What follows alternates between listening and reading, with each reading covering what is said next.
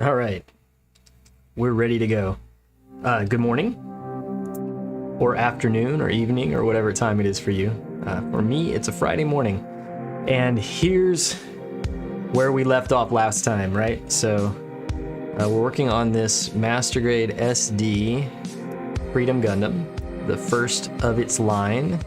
I'm super impressed with it so far. I've enjoyed it a lot. I told somebody the other day, it's kind of like building a real grade kit, except with SD proportions. So yeah, that's my summary of it so far. But as far as detail and the engineering and the way the parts fit, feels a lot like a real grade kit for sure. Yeah, we will just press on, I think, from here. I do have the 3D printer running over there. In the back side of my studio, so I don't think that the microphone picks up too much noise from the 3D printer, but if you're hearing some background noise, that's what it is, and I apologize for that. I don't think it'll be too bad. I've got a print running that is taking a long time, or going to take a long time, so I wanted to go ahead and get it started this morning so that it would hopefully finish sometime today, because otherwise it's not going to finish in time. It's actually I'll show you. It is the second prototype of this, which is a custom tool holder I've been working on. Ignore all the stringing. I printed this prototype with some bad old filament, so it's got a lot of moisture in it, and that causes it to string with my printer. But the idea here is to have a place to keep nippers and tweezers and things like sanding sticks or this glass file, and then all of these holes here are for my scribing tools. So I printed out this prototype. I need to adjust kind of the vertical placement of a couple of these things to make it easier to reach in and grab different tools, but I like how it's gone so far. So I made those adjustments this morning, and I have the second version of the prototype printing on the printer right now. So I'll later today hopefully get to see if those changes made any improvements to how it feels to put tools in there and pull them back out. Yeah, so that's kind of what's been going on with me the last couple days. The other thing is, if you didn't see on Twitter and Instagram and other places yesterday, and also here on YouTube, I posted a short of the Zero Gravity Judge, which is sitting back there right underneath in the middle shelf underneath the Gunpla Gallery logo display right now. That is sort of finished. The mobile suit itself and all of its weapons and everything are finished, which is why I went ahead and did that photo shoot yesterday. I actually have to paint the display base for it, so I'm hoping to have time this weekend to finish that up. And then I can put it in some more dynamic poses, because right now really all it can do is stand there holding its two weapons. It doesn't really have much else that it can do because it's such a big heavy kit. You can't do much in the way of dynamic poses without the base.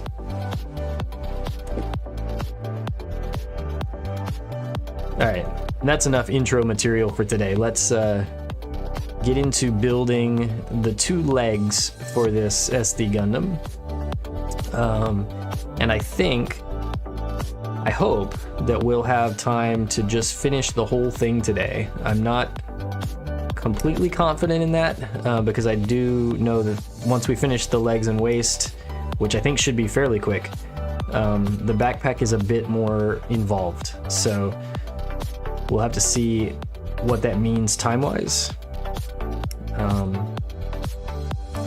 I would like to finish it so that we don't have to carry over into next week's streams to do it, to, you know, finish it up though. So we'll see how it goes. It looks like we're starting with feet today.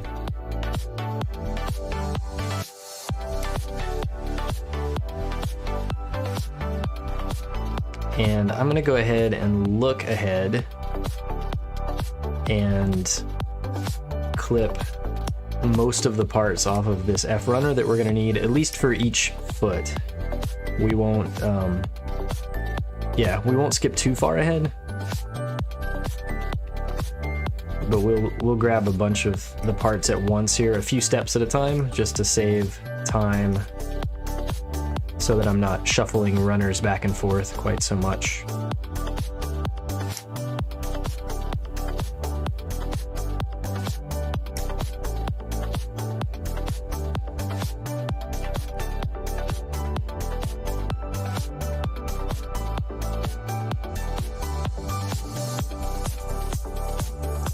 Yeah, I felt like I should be cutting out this 28 part here as well. I didn't cut it off the other runner because I didn't see it on the instructions.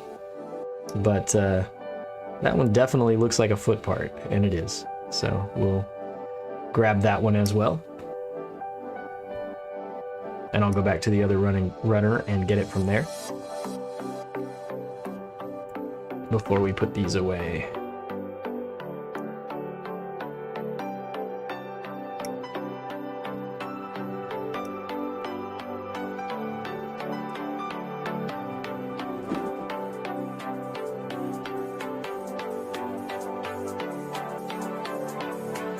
I thought after Wednesday morning stream that I was gonna be like, that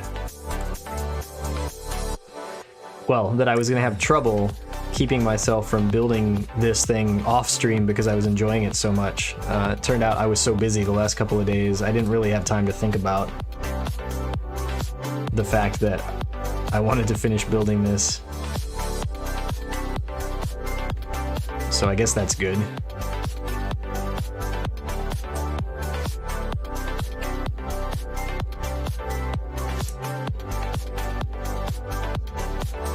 Yeah, so I guess I kept myself busy, right? In my time that I had to work on hobby Gunpla related projects, instead of thinking about this kit, I finished up that Zero Gravity Judge, which was really just a matter of spraying top coat on a few of the parts that still needed it, and then final assembly. So, and by final assembly, I mean putting together the big sub-assemblies, right? So I didn't take the whole thing apart to top coat it. I just took, like, I separated the arms and legs and torso and head and that sort of stuff. And then top coated those things as full components and then put them back together.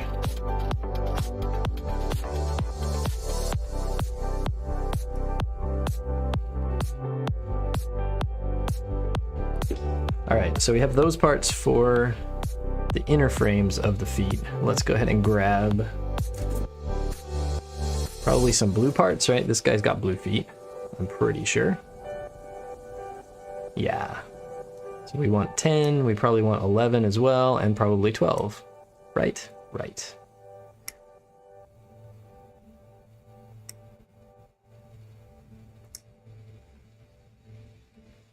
Yeah, so when it gets quiet, like when the music goes away, like just there, I was watching the microphone and what it's picking up. I believe that it is picking up a little bit of the 3D printer sound, but only when the music is gone, when the background music isn't drowning out that. So hopefully it's okay. Today was, I've been trying to avoid running the 3D printer while building on stream, because I wasn't sure how much background noise it would make for you guys, but decided today to give it a shot, and I'll go back and listen a little bit to some of it and see what it sounds like, and if it's too annoying, I won't do it again.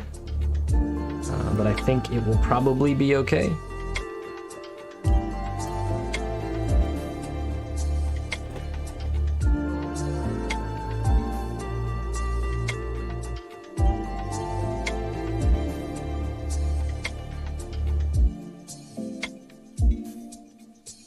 We probably need one white piece as well for like the top of the foot. That's how these usually go, right?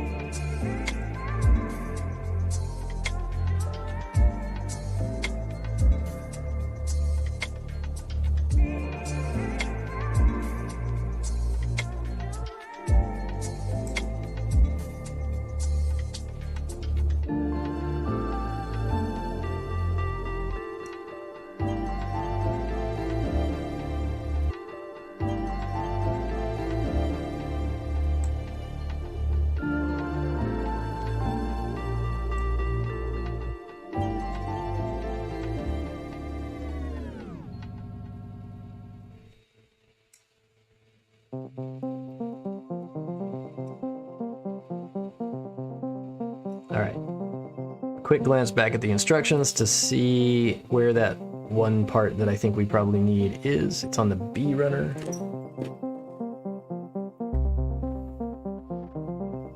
And it's a top of the foot kind of a part. So maybe this one? Yeah.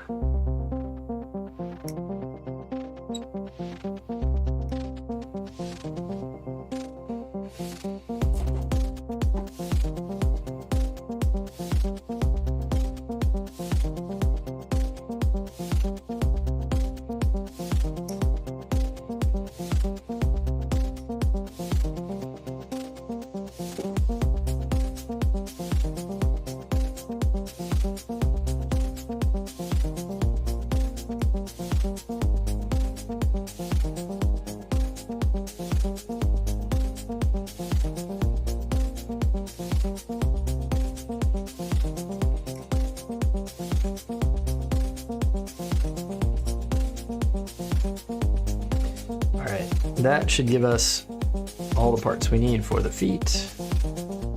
Let's see how this works. Did I not cut this piece out of the other F runner? I don't think I did. So that slides in there.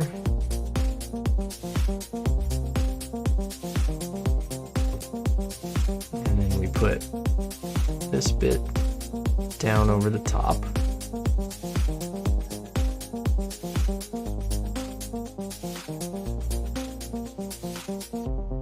Oh, I see.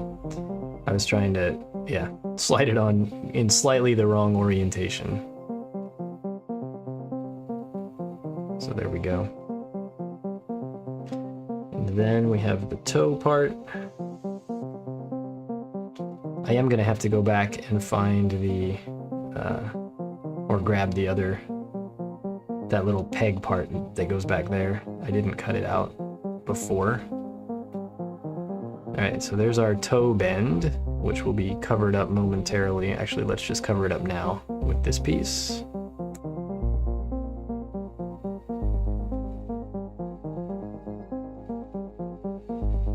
Yeah, it's a pretty nice toe bend.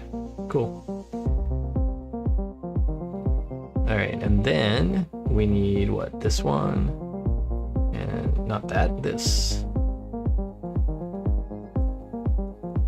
Slides on like so. I guess we should zoom in again, right? Because we're working with small parts. And then this is the ankle joint, so it goes this way. And the back half of the foot plugs in there. And the front half of the foot plugs in there.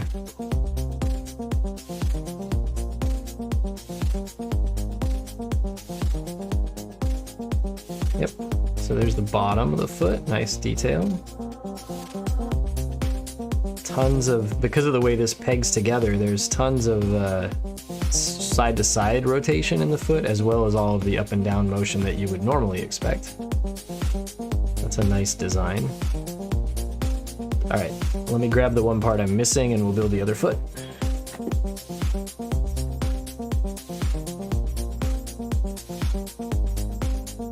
See if I can figure out which runner it was on. This one.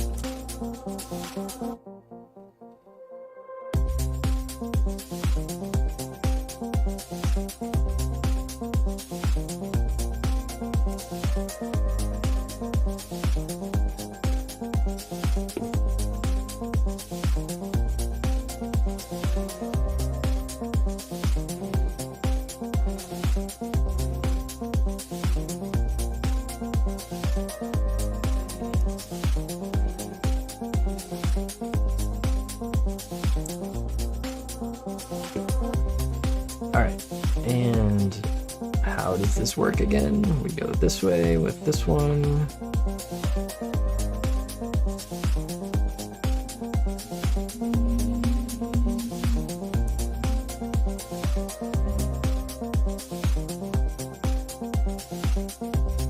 And this goes together like this. There, this goes here. There's like a really cool little see if I can get an even closer view. I can't really get the light to catch it. There's like a sawtooth detail on the top edge of this part, and then there's a slot in the white bit that goes over the top of it here that allows that to show through. After pressing that one down and having it click in place, I'm realizing that I did not, yeah, I didn't push that one down all the way, but there we go.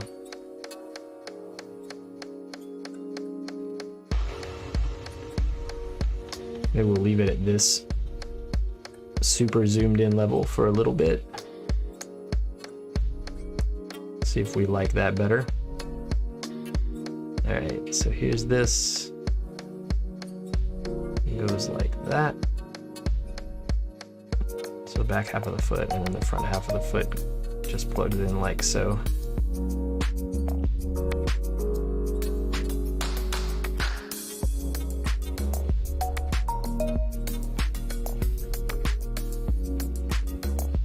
So there's our 2 feet. And the legs are next. Here, we'll put the feet up there by the torso, and then we will get out these same 2 runners again, because it looks like this is where the knee joint lives.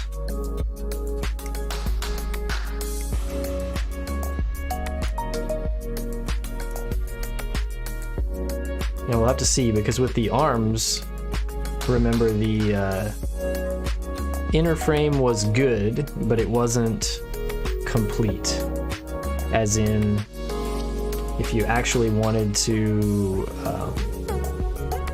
build the entire thing as just the inner frame, you would not have been able to attach the hands. The forearm bit, like between the elbow and the wrist,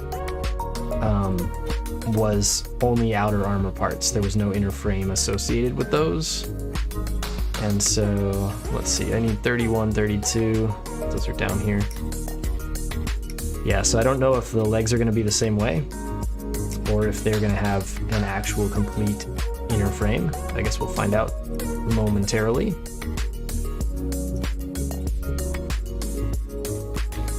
I'm just going to go ahead and cut out all of the F-runner pieces that we need for this leg. Are the 2 legs the same? It looks like they are. They want us to build 2 of these in parallel. So at least for the first bit here, the 2 legs are the same. Am I missing any other F-runner parts? I don't think so. So we'll grab all those same ones from here.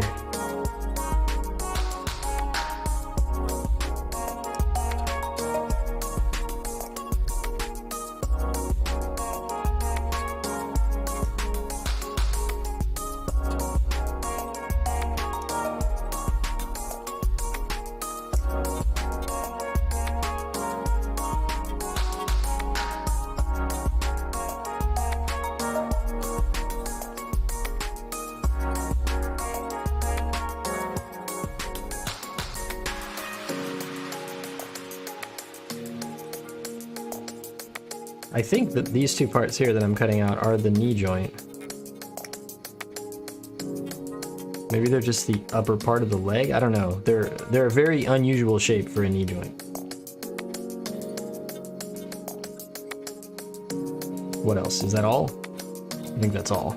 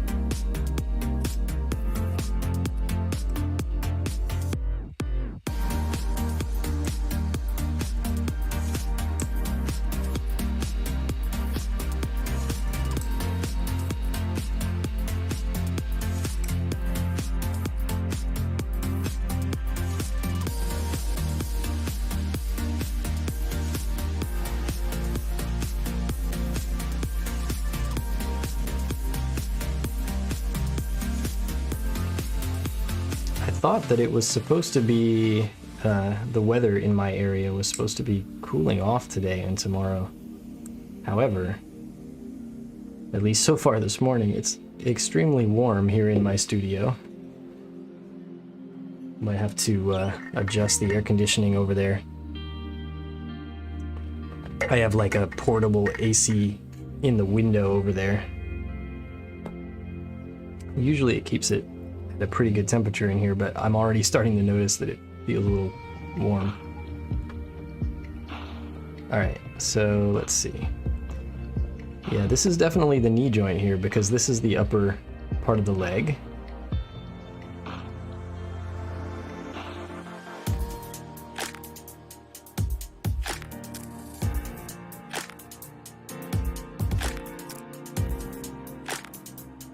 So that goes like that. Let's go ahead and make the other one.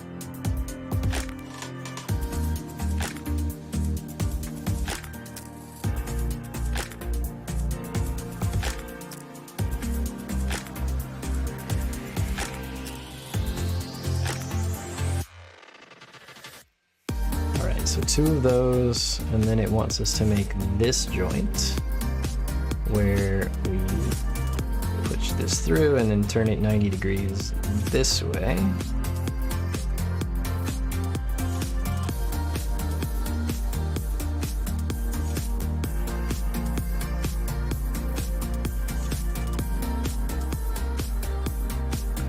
Like so. And what, we've got these, but we need some other parts first.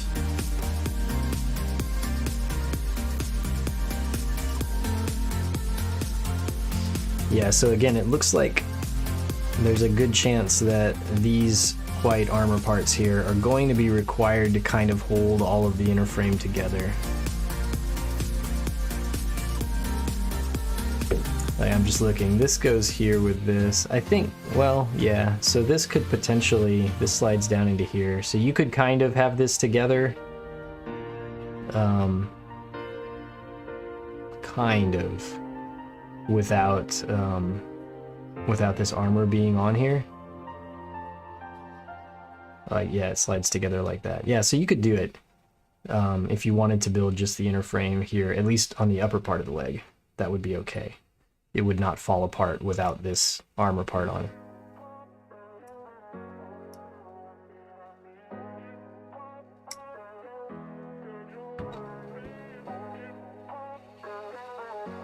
I guess I should get the other one of these leg parts, but we'll do this first. So this goes in here first, right?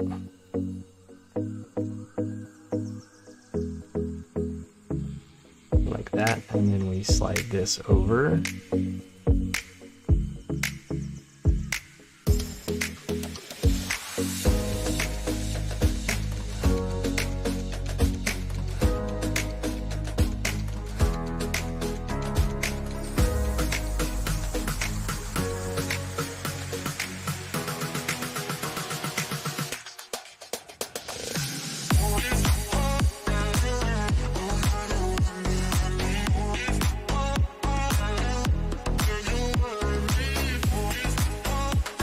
That's weird. I can see how this fits, but I can't actually, there we go. I couldn't get it lined up right to fit in there just perfectly. Yeah, that seems right. And actually it's gonna be nice and like super solid. The way those pieces lock together is really good actually. Okay, let's get the other one and do the same. Maybe I should just keep these two runners out because we're probably grabbing other parts off of them very soon. So I'll just set them over here to the side.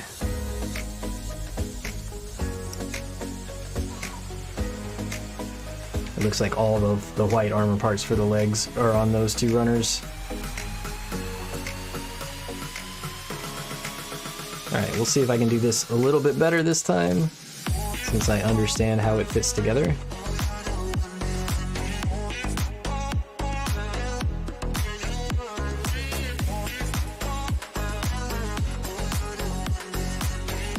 Alright, there we go. And then obviously this one, because it's the other leg, the hip joint here is going to have to spin the other way around, but that's fine.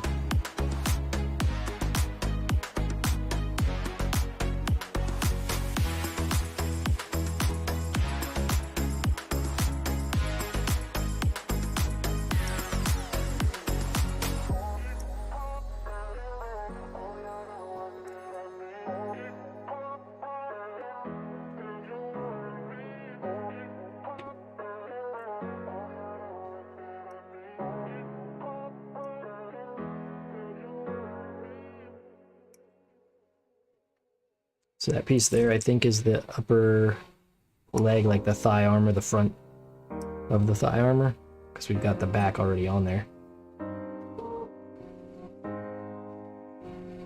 Got a nub stuck in my nippers, that's not good.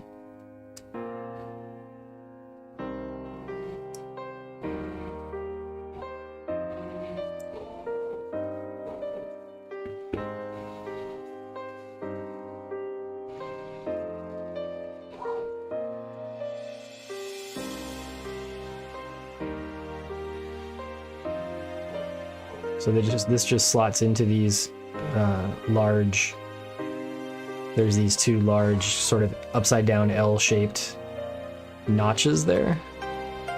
So that fits on nice and simply. There's a bit of a seam line down the side. They did make like a 45-degree angle in it so that it is trying to look kind of like a panel line, but it's also not like recessed in any way. So you might want to like scribe that out just a tiny bit with one of those like edge scribers. And then down here in this part, there's definitely, like, it shouldn't be there at all. So if you're really a stickler about hiding seam lines, there's one that you could potentially have to work with.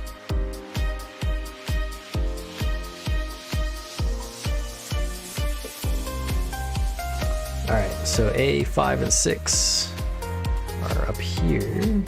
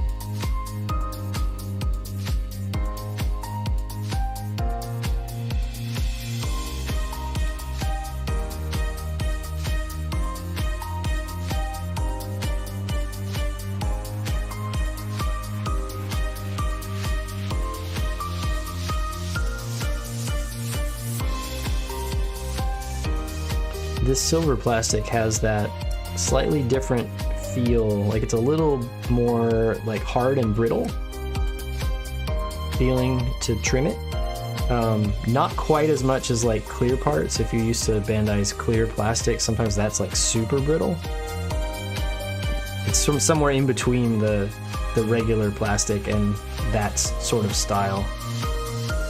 It's a little bit different from, I think I mentioned this last time, but yeah, the look of it and the feel of it is a little bit different from any silver I've seen before on other kits. All right, so this fits in here. So there's a little groove there that it slides up into. This is going to be like the front of the knee that slides down probably as the leg bends. And then this part here, does it just slide over the back like that? Yes, it does. Yeah, so when this folds down, that kind of fills out the knee. Now the shape of the knee makes more sense with this silver part in there than it did with just the gray part, which didn't really make sense at all. So there we go.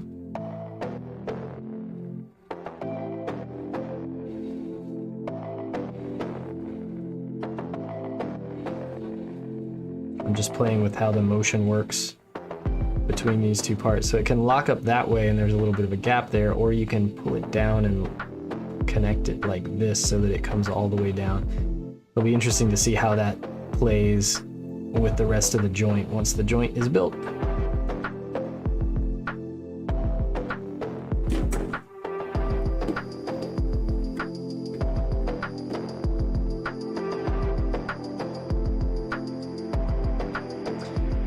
Yeah, so this does seem like it's going to be the same as what it was with the arms, in that this lower part of the leg is only in this lighter gray sort of color separation color that they're using to be different from the white armor.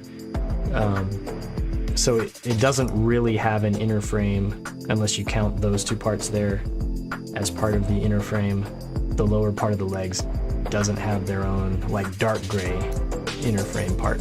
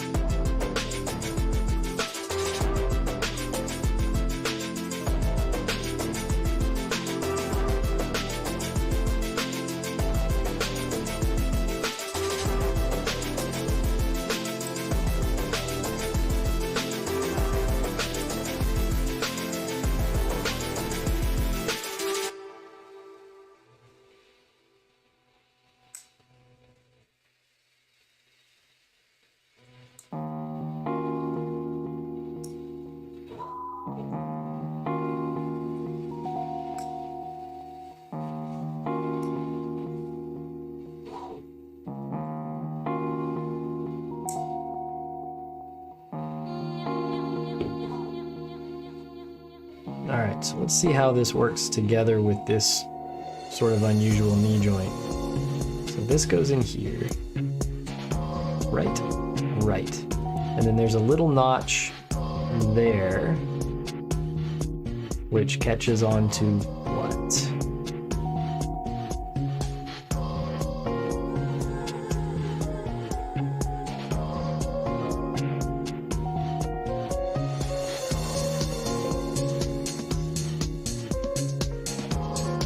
You go behind that or in front of that? You have to go in front of that. Am I putting the leg on backwards? There's a real good chance that that's what's happening here, yeah. This part goes over here.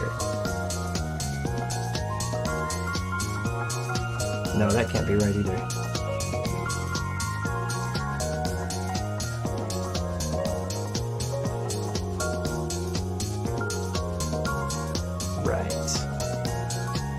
That slides up in there.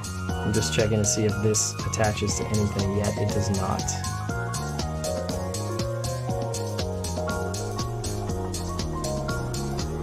That makes more sense.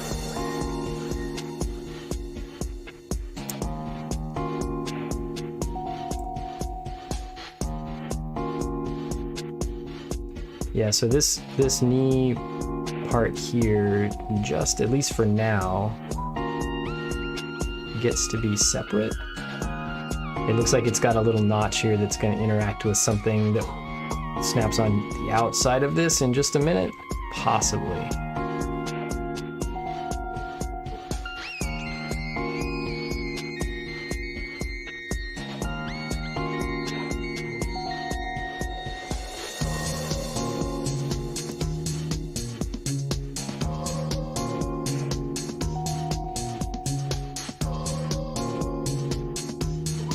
There is a good, like, total 180-degree bend there at the knee, which is probably better than any SD kit ever made.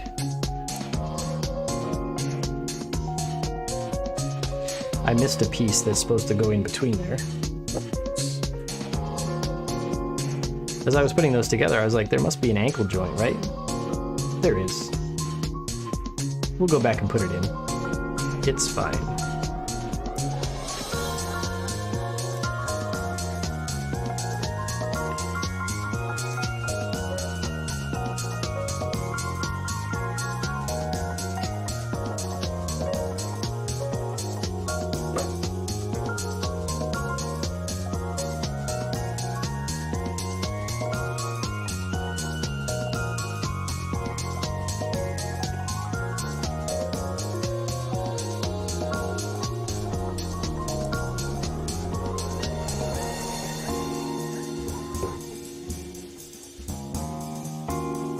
Yeah, this one I can probably just separate it enough. Although it does have like a little keyed thing there where you have to put it in this way and then pivot it. Let's make sure that I get this facing the right direction. So they want that way, and they want this to go in this way. Okay. We can do that.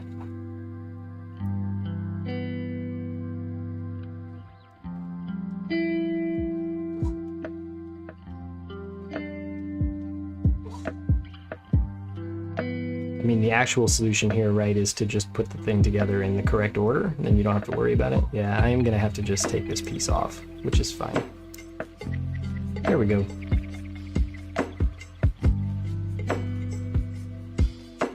All right, the orientation matters. So we're doing like this. Correct? No? Like this? Yep. Okay, but that has to stay down while you put this piece on, and then you can rotate it up into place. Just like that.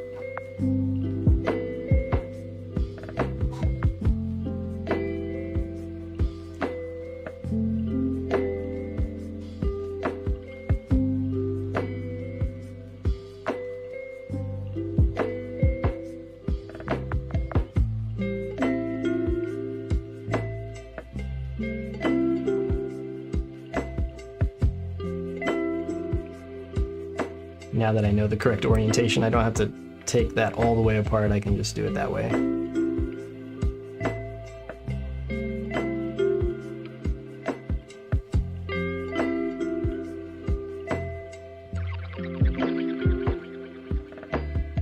It's interesting that there's an attachment point on the back side. Oh, I guess that's for the ankle armor. So the ankle armor attaches on the back of the ankle and then floats in the front, which makes sense.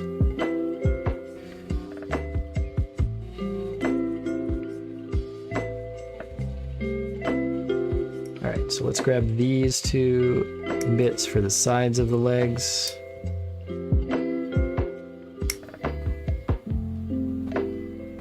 At least I assume that's what they're for. And then somewhere there's something for the front of the leg. Is this one?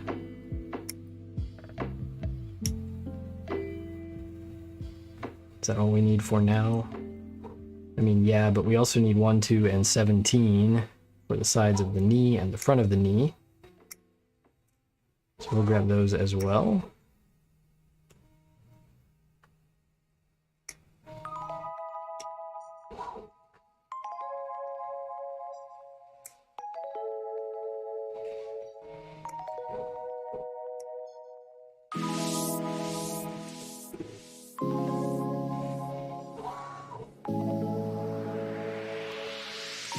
We have the other side still to do as well, but I'm gonna trim these and put them on first, and then we'll go grab the ones for the other side. By the other side, I mean the opposite leg.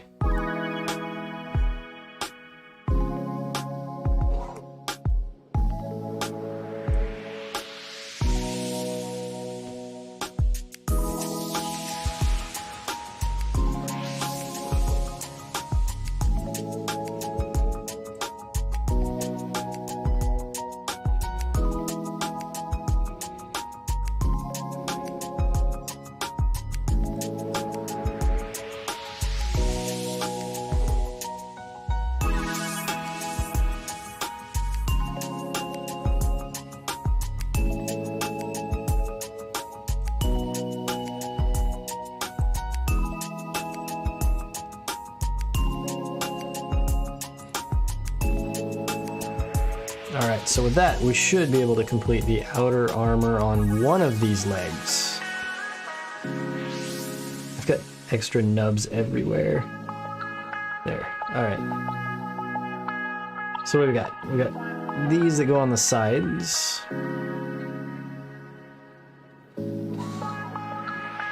Just like so.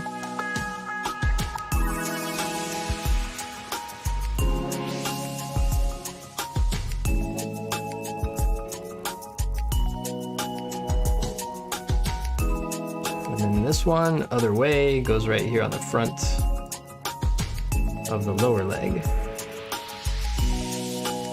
Again, leaving some nice exposed bits of the light gray that kind of stick out in there and in there for some color separation. This one goes on this side.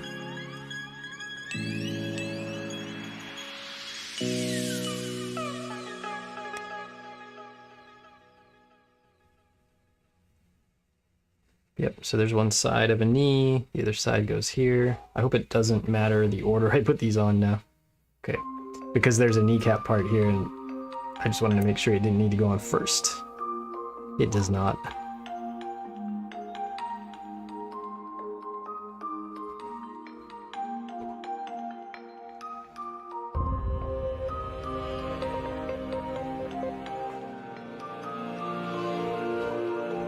Right, and so then part of the silver that was in that inner frame part of the knee shows up like in a little stripe through here, although it seems like there's one more part that should go on the top part of that. Looking ahead, oh yeah, there is. Cool, alright. It's probably a blue part, right? Or black? I can't remember the Freedom's design and what is there on the top of the knee.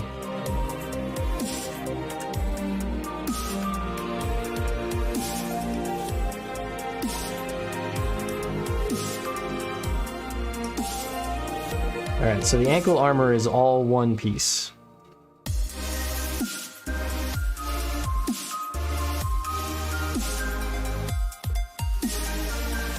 Which is a little unfortunate, right? Because there's some like venting details and stuff back here that it would have been hard, I see, for them to design enough small pieces to build this out and make it sturdy and have it be part separated so you could have like an inner frame bit inside with that vent detail being in gray or something. It would have been cool if they had done that, but you can see where that would have been very difficult.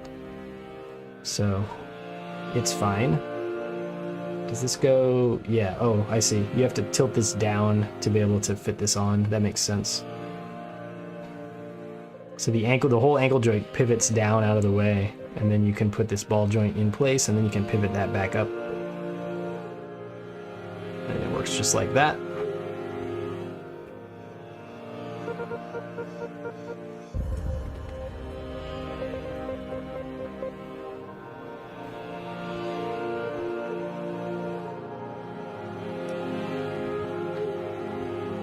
Yeah, it is a black or dark gray, depending on how we're calling this color.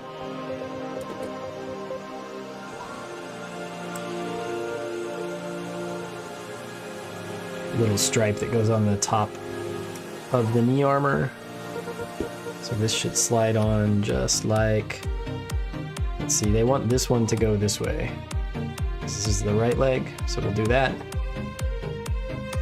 And then this slides on like this. That looks nice. I like the little silver stripe in there within the stripe of black above it.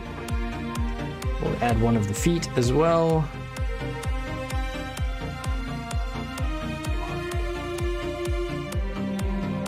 Right, so there's a leg.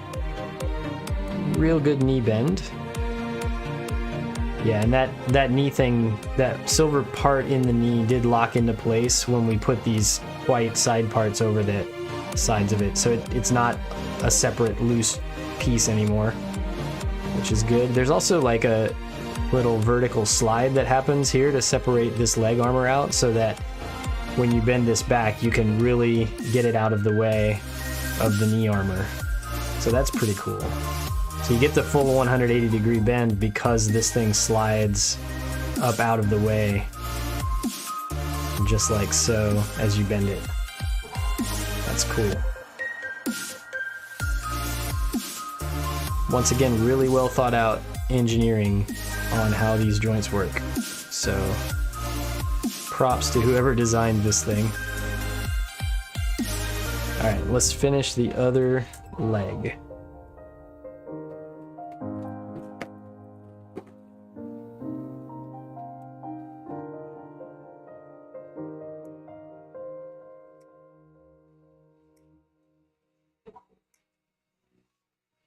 Which should just be most of the rest of the parts on this runner, right? Well, except for like these right here.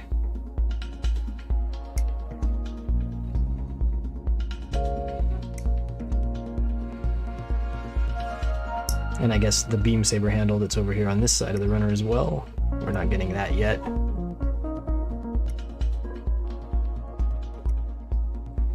These two white pieces here must be something having to do with the attachment of the backpack. Like the center part of the backpack onto, either onto the wings or onto the body.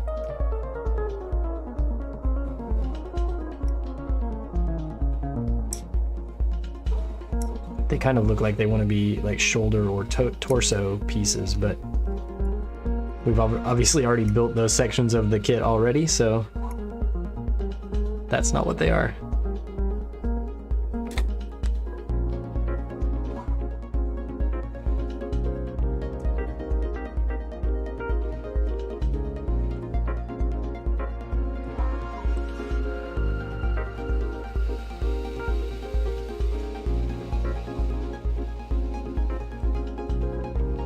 As I usually do when I'm building, I pause every once in a while just to stare at some of the details on the parts that I'm working with, because I'm already thinking about ideas as I put these things together of color schemes and modifications that I might want to make before doing any painting or that sort of thing. So I was just momentarily intrigued by the panel line and the separation that happens at the top of that part right there.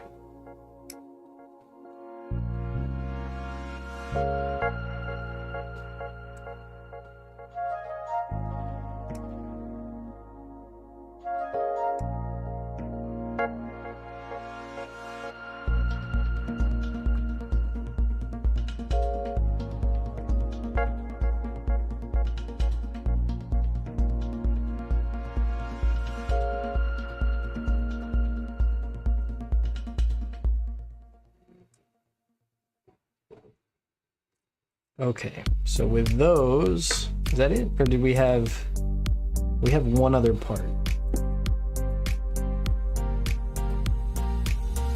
It's the bit that goes above that other knee, right? So it's this one here.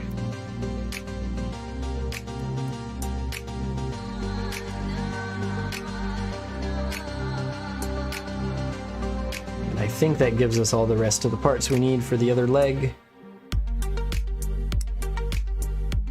I guess we'll see. I'll start assembling and we'll figure out what I'm missing. The other side going first is better in this case.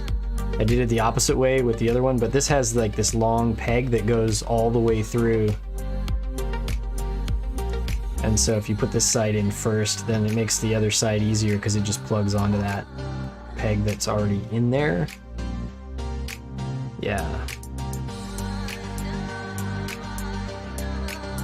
The instructions probably say, yeah, to put that one in first and then the other one. I just ignored it when we were doing the other side.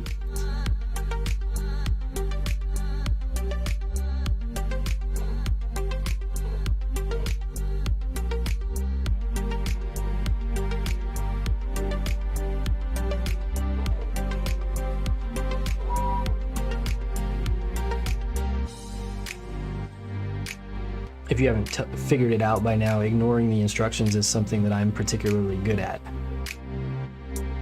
Or that I probably do way more often than I should.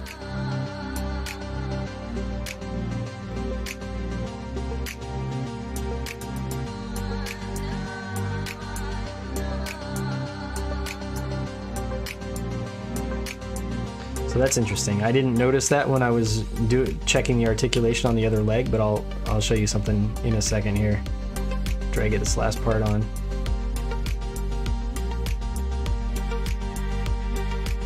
Make sure that it's on solidly. Yeah, that seems right. Yeah, so this lower leg, when it actually bends back here to separate, there's this little detail in here that's also part of that silver piece that looks like it's trying to be maybe some pistons. With a little bit of vent detail on either side of them. That's pretty interesting as well. Alright, so this bends down, then we can pop this into place. We can bend it back up. Grab the foot, and then we want this the other way.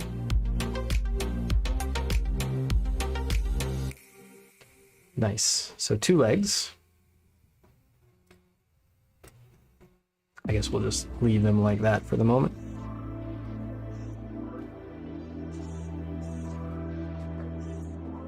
Here's that center section of the instructions. We looked at that in the last stream, but there's a lot of nice pictures and then explanation of all of the different gimmicks and motion and joints and stuff that are built into the kit.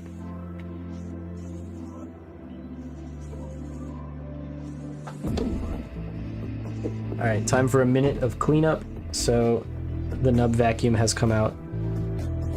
Cover your ears if it makes noise.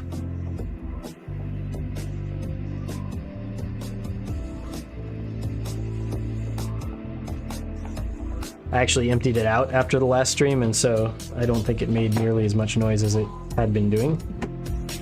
And it's time for a drink as well.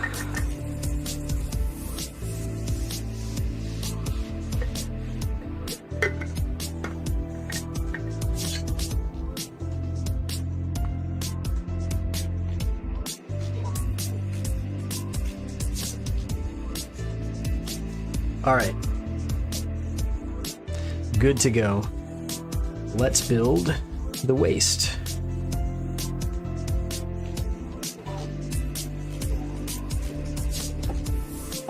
Which I think the inner frame is going to be mostly here on the E-runner, right? So we'll just go ahead and grab like all of these parts because I'm sure that they're part of the waist. This one and this one as well.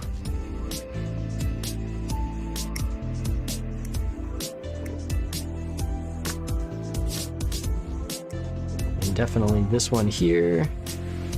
I didn't cut all the way through. Interesting. This pair of Godhand nippers is quite old at this point, so I'm probably nearing the time where I'm going to have to replace them with something. I don't know if I'll replace them with the same thing or try a different brand, because since I got these, there have been a lot of new brands that have come out that are probably just as good and cheaper.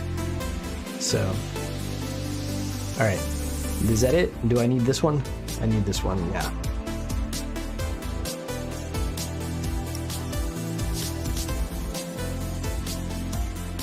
Everything else down there looks like it's either for the beam rifle or the backpack, so that should be all from this runner.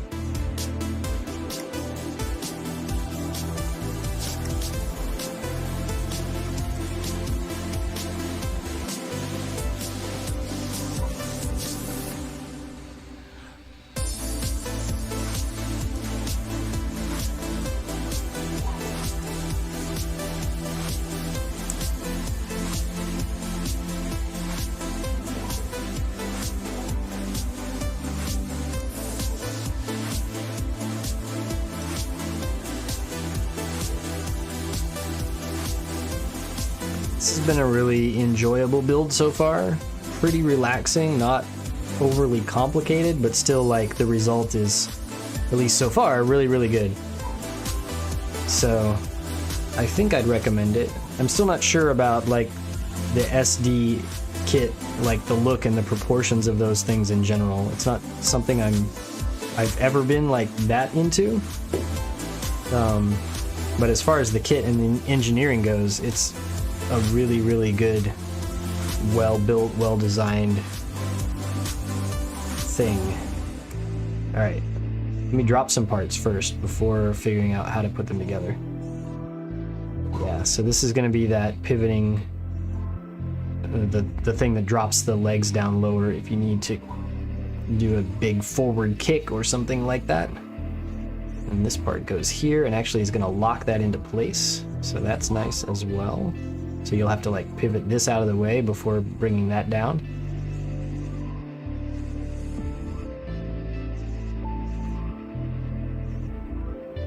This goes this way.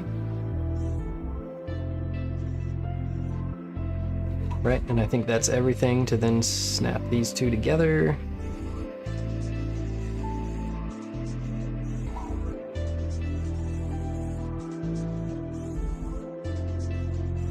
And then this part here snaps on the front, right?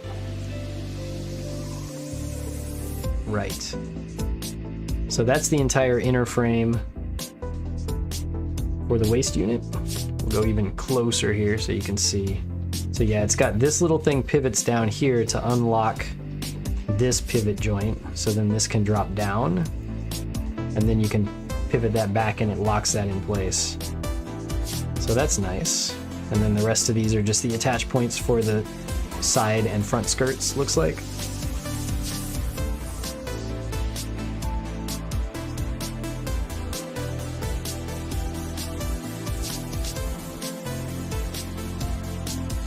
And speaking of those, let's make the joints for those side and front skirts, which we need, what, 9, 10?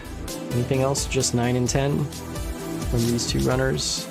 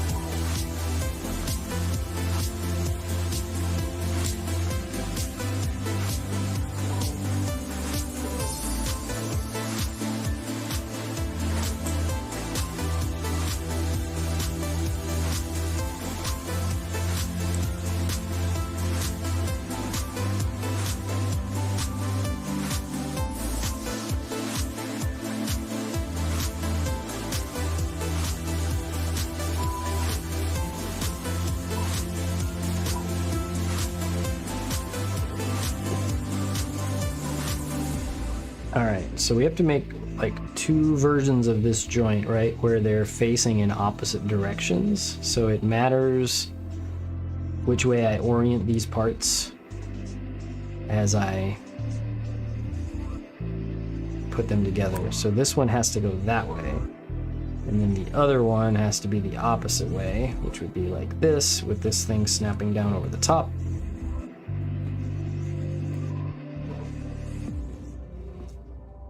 Right? That seems right.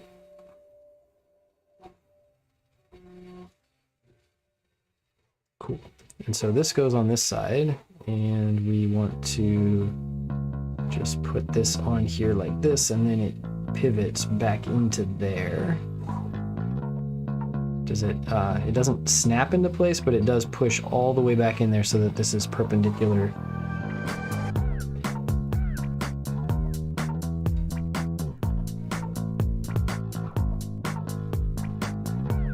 Same with that one. Yeah, so these are the side skirt attach points, but they're going to have the ability to swing out of the way.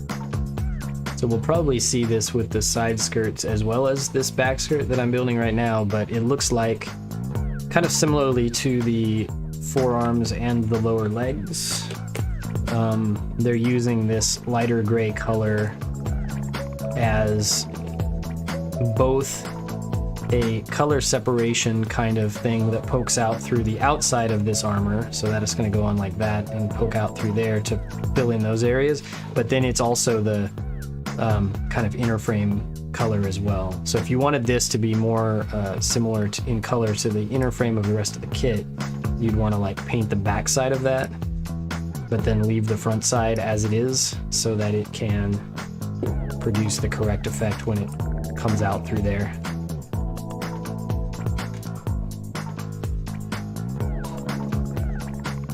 All right, so let's see. This just goes on here like so, right? Slides up into there like that, and then this snaps over the top. Simple enough, just 2 pieces to make the back skirt.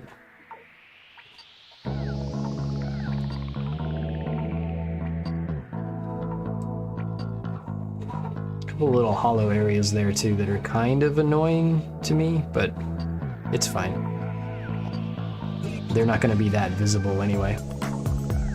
Alright, and there's a little bit of motion here on the back skirt. Does it slide up and down? I don't think so. Yeah, I did. I mentioned in part 1 of this stream when we were doing it, building it on Wednesday, I went to my hobby shop to pick up some paints, and that was the reason for going, but then I saw this there, so I figured, and they had just gotten it in stock like that day, so I figured I'd go ahead and grab one. It's been a really good build so far.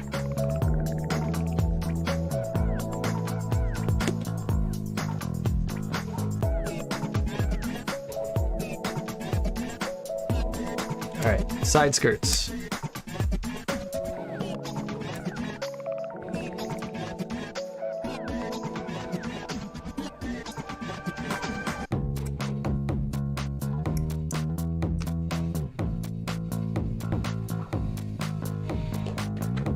These are not side skirts, these are the front skirts. What am I talking about?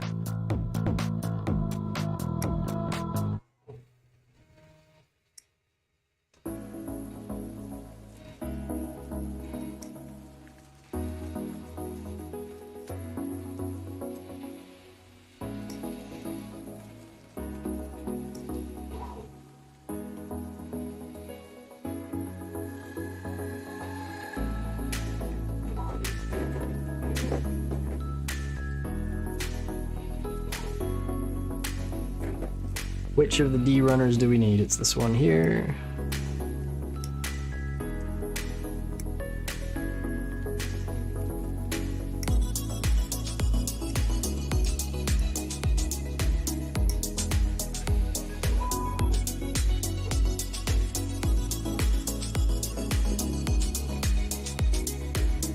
Then we need these 2 very small ball joints.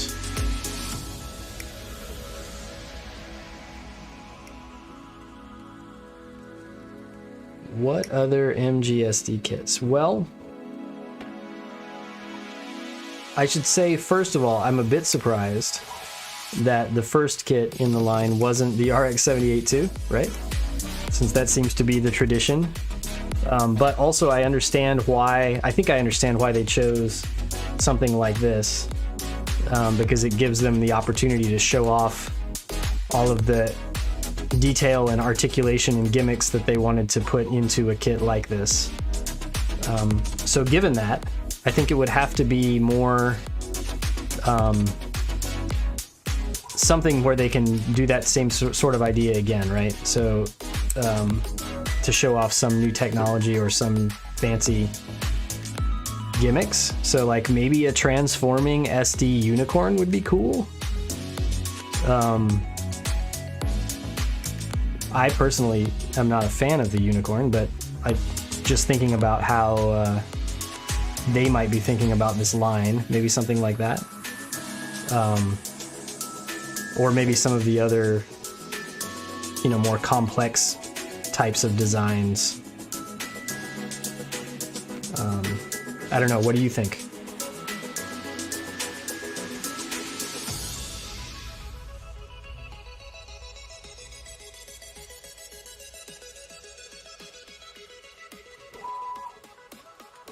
I will say, having built this one, or mostly built this one at this point, I would like to see more in the line, because it's a very nicely designed, well-built kit for sure.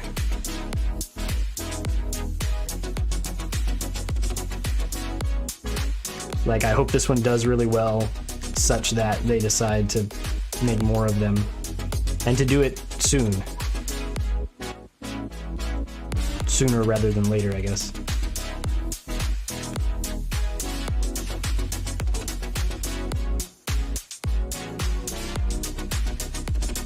Yeah, exactly. No more unicorns. But, like, can't you see how that would be, like, kind of cool, right? At this scale, to have a transforming kit like that. Yeah. Maybe they can do a Zeta, right? That transforms. That'd be nice, too.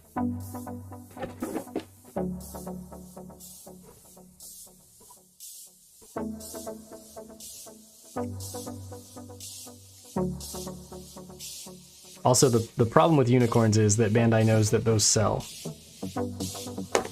And so I think that influences their decision.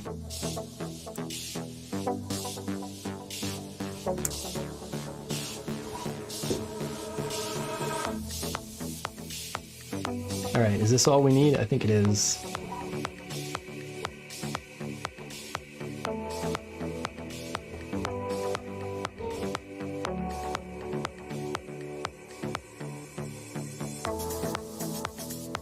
So there's our little front skirt assembly, and it slides on here.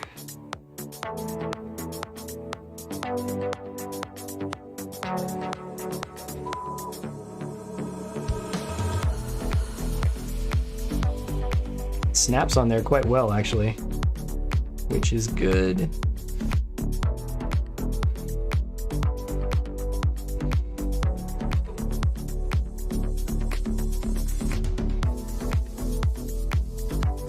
Once again, nice color separation here with the gray part, but then the gray part also becomes the back side of this skirt as well, so that's okay. I would like it to be inner frame colored instead. And someday when I paint this, it will be. All right.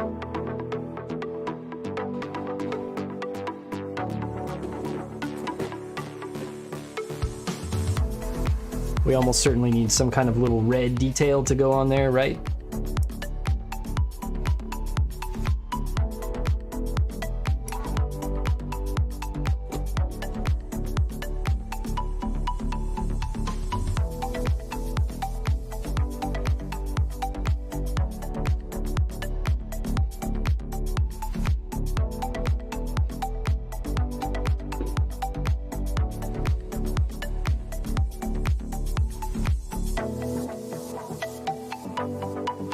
There we go.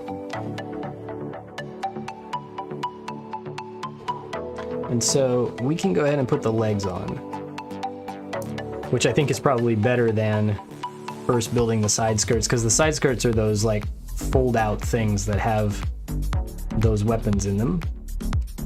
They're going to be a bit large and probably easier to get on in place after the legs are already there.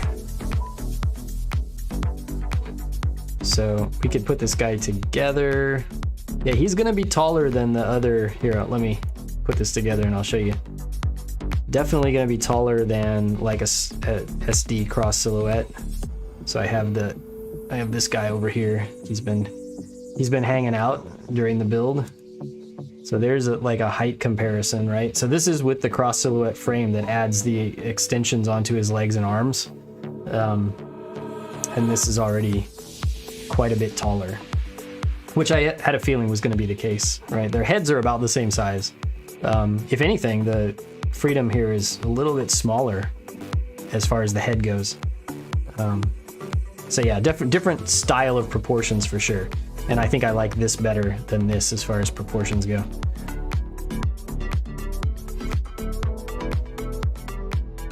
All right, and now having done that, I'm going to take the waist back off because it will be a lot easier to put those side skirts on without the rest of the torso in the way.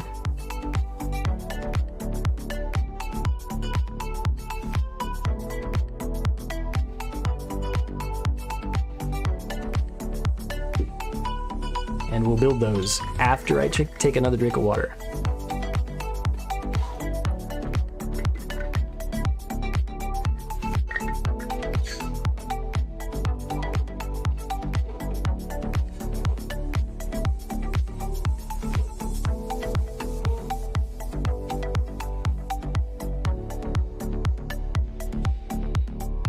All right.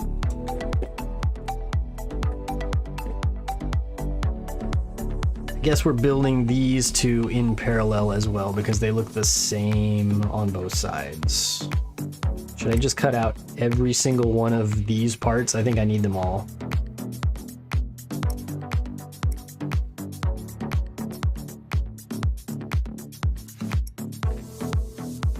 Yeah, I need those two, and then eventually I need those two. So yeah, let's just get them all.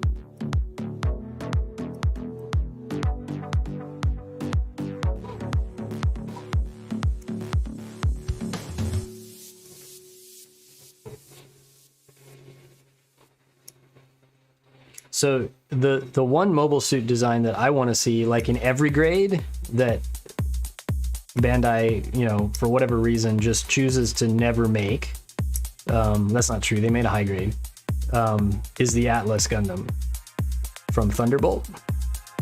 It's one of my personal favorite designs, and I really want a master grade Atlas, but you know, alas, not yet. So master grade SD Atlas, I'd be okay with that too.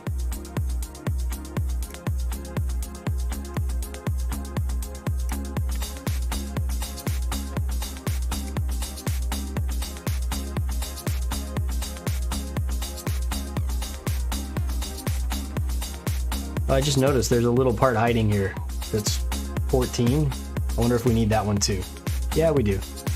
Cool. Let's grab that.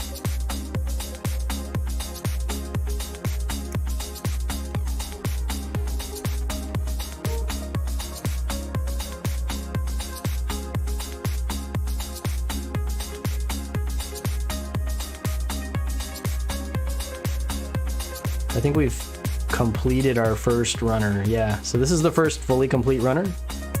It goes on the floor.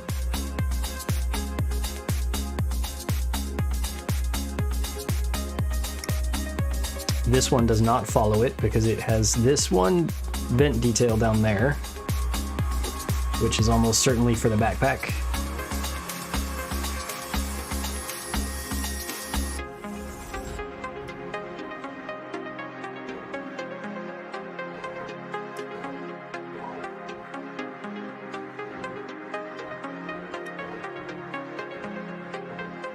It might be. Yeah, so I'll talk about the price in just a minute because I have opinions on that, but it's been a while since they've made any cross silhouette SDs, hasn't it? I'm trying to remember when the most recent one was. It seems like they've paused on that for quite some time now. So it would not surprise me if this takes the place of that. This line takes the place of that. As far as cost goes, I think that this kit should have been about $10 cheaper than it was for me to really feel like it was worth it. Yeah, that's my opinion right now, having not completely finished it, but like it's been an okay kit for the cost, but it hasn't definitely been worth it in my opinion. So yeah, if they could have gotten the cost down by, I don't know, $5 to $10, it I think would have made a big difference in my mind as far as the value goes. It does have a lot of plastic in it though, so you know, the box is similar in size to most real grade kits, and I think the amount of parts and runners is pretty similar as well to most real grade kits.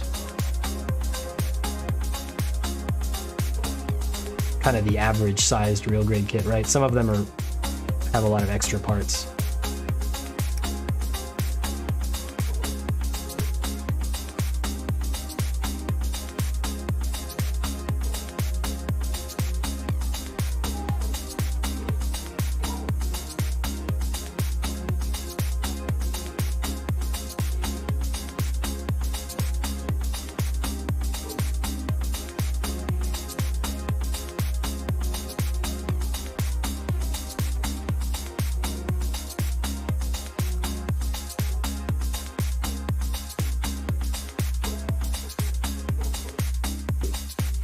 Alright, so we have this giant pile of parts and probably need some other colors before we do anything.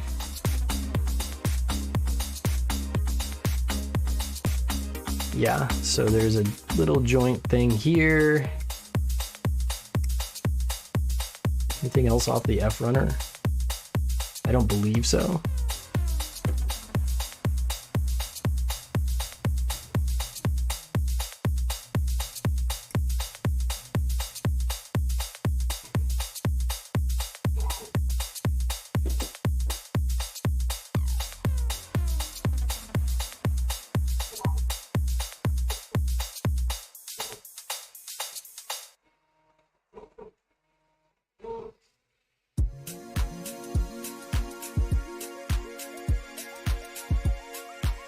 Oh, also, just in case you guys that are here today weren't here on Wednesday when we built the top half of this, the thing that I like most about this kit so far is that back in here, behind the eyes and the head camera, let's see if I can catch it with the light correctly for you.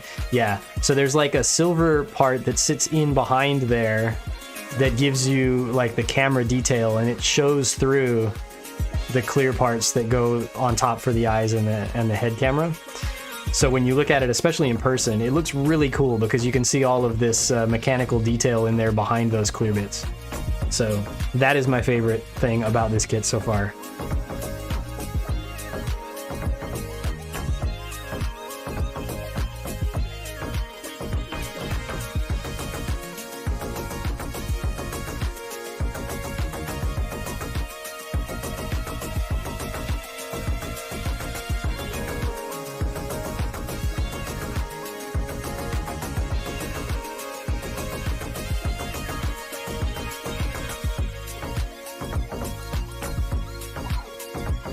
Alright, is that all we need before these go together? I believe so.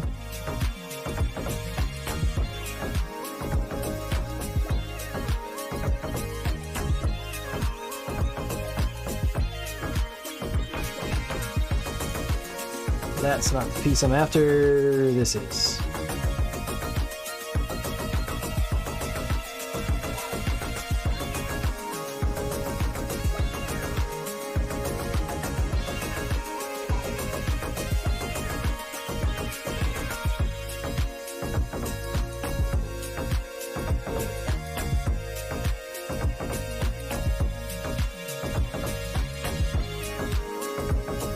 Alright, so we have those two bits, and then we put the next part on, which goes this way.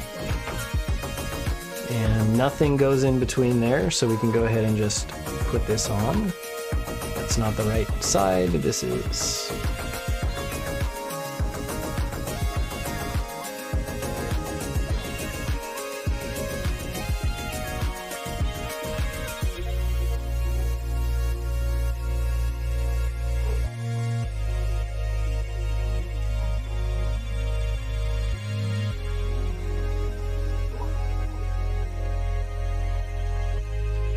I need some colors, probably for the end there of the barrel, right?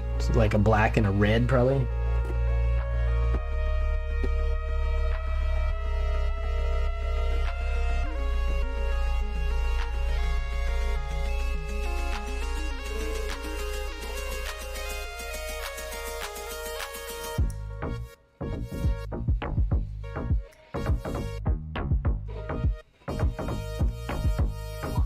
See, this is one of those things where, like, on any other SD kit ever made, these would definitely have been stickers.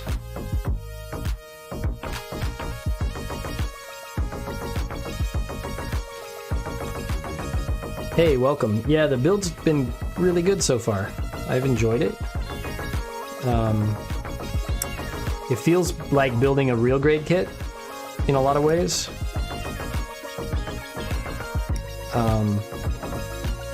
By that I mean, as far as the engineering of the kit goes, it's quite similar to all of the more modern real grade kits.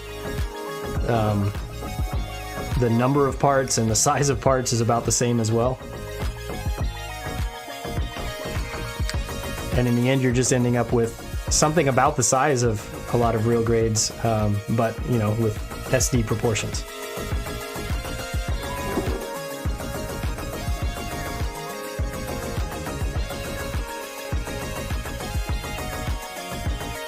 Oh, you got yours today? Nice.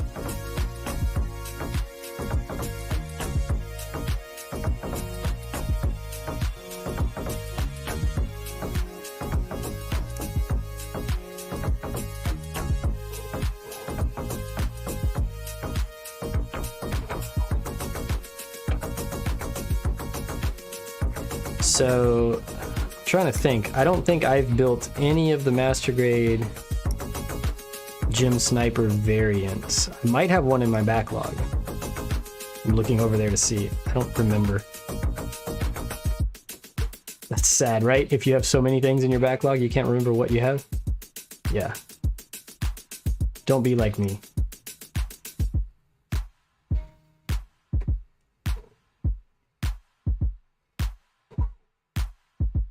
Cool. I hope you enjoy it.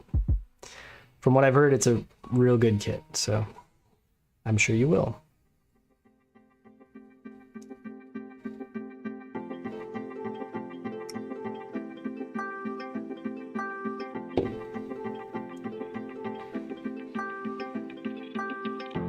All right, so these go on here to give us our nice little stripes on the ends of these cannons.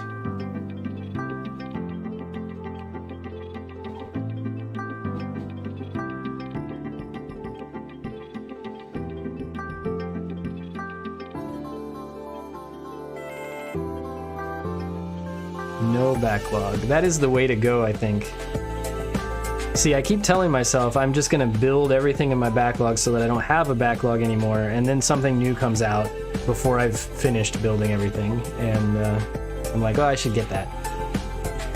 And then, or I spend a long time on a project like I just did with that Zero Gravity Judge, which has taken like 2 months. And so then while that's happening, other things are coming out and I'm thinking, oh, I should buy those. And so then my backlog grows. All right, so these just go together. There's nothing that sandwiches between them at all. These are like the back sides of these rifles. And then I should have gotten the black and red parts that go there while I had those runners out. I didn't, so let's get them now.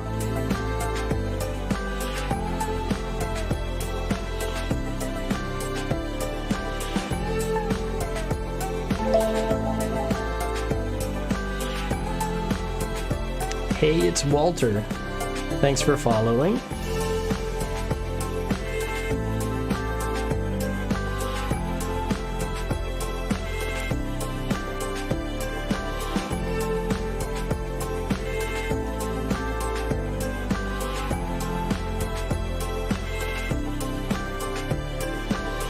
Oh yeah, that would be... So, Death Scythe Hell travels the country and goes to shops. That would be terrible for me. I'm glad I am not in that situation, because I would do the same thing. I'd be like, oh, I haven't seen that one in my local shop, so I have to get it, right?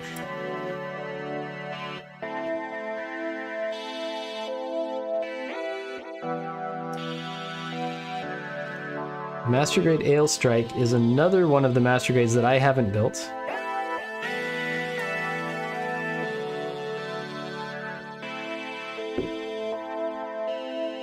What do you think of that build so far?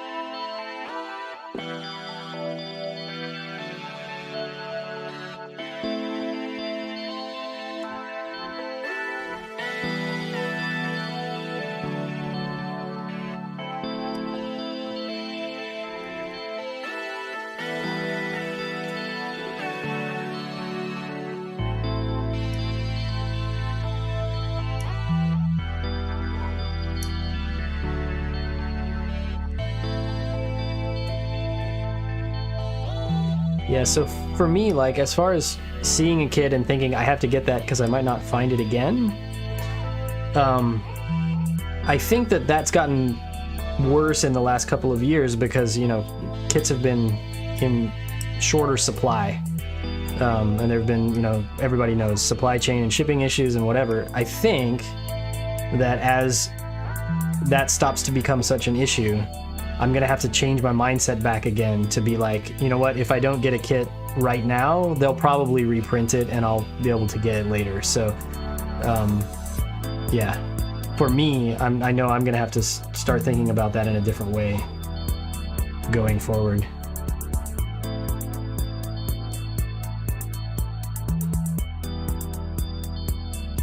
I'm not sure what's different about the stand for that Mail Strike Master Grade. I'll have to go look at photos and see.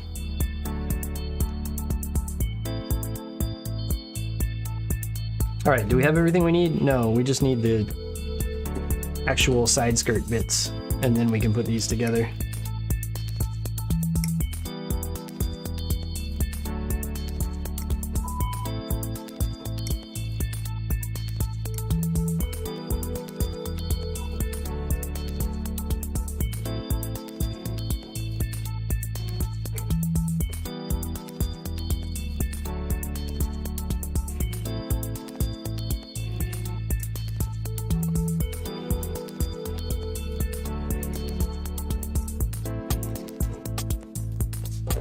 All right, that should be everything we need now.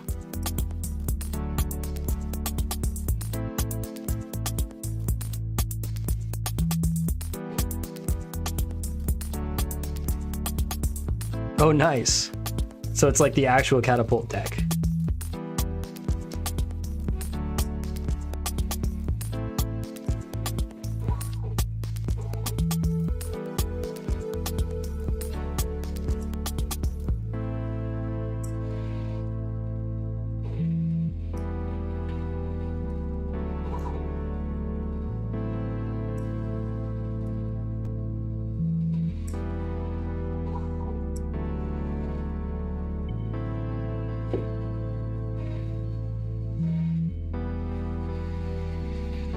All right, let's see how these things work. So I'm holding the part that I need. That was lucky, because they're all 4 different. And I guess it matters. No, I'm not holding the part I need. I lied. It's this one. It matters the orientation of these, because there's like this gear mechanism, and also how we put them in rotationally here. So I want this all the way up and rotated all the way counter or clockwise as far as it will go. And then we'll fold this up. Does that snap together? It does. Nice.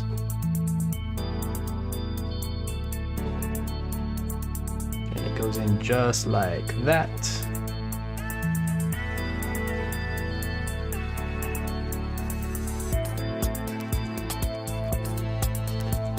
So we'll zoom you guys in. All right, so yeah, this has this little gear tooth mechanism here that is going to help it to fold out correctly.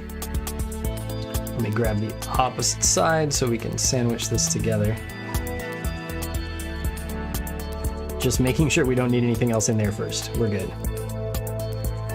Yeah, so now this thing will fold out like that. Like as I'm folding one side out, the other side is automatically moving because of those teeth. And we end up like that. Nice.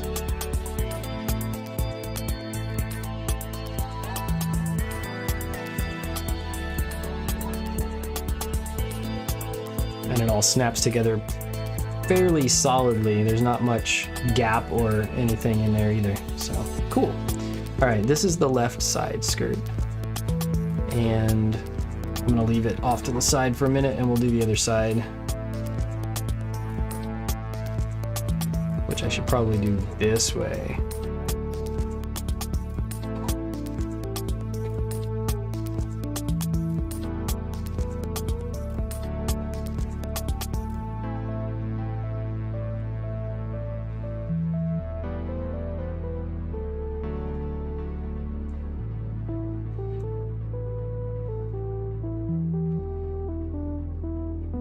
All right, so now what?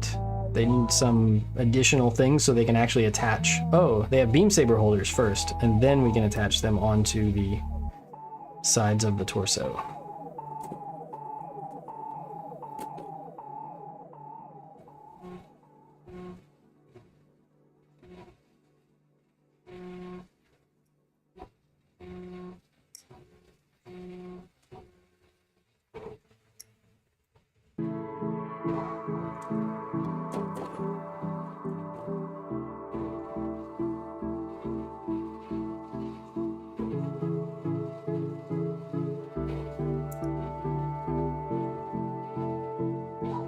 Oh, I just noticed it was going to say something, but then it went away. So down there at the bottom of the screen, there's a little scroller that scrolls through recently posted builds on gunplaygallery.com, and somebody recently posted a gun tank with googly eyes, which cracks me up every time I see it.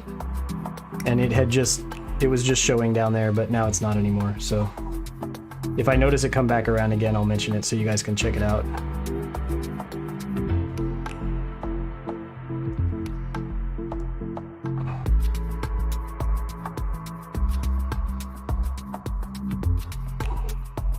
All right, what do we need? Beam sabers.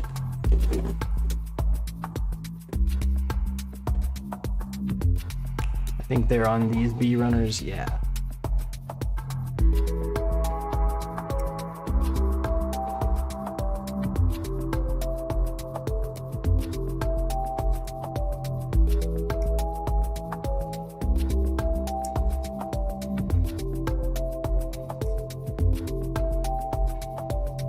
Anything else while I'm here on this runner? No.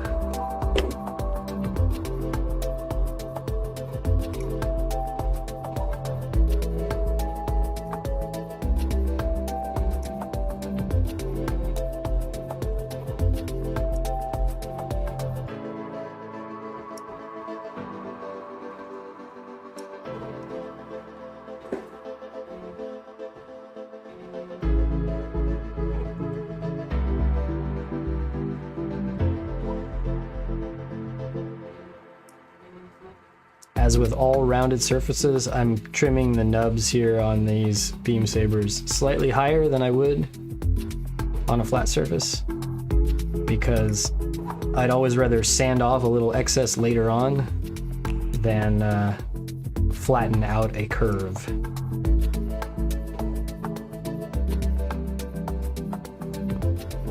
It's a lot harder to fix a flattened out curve.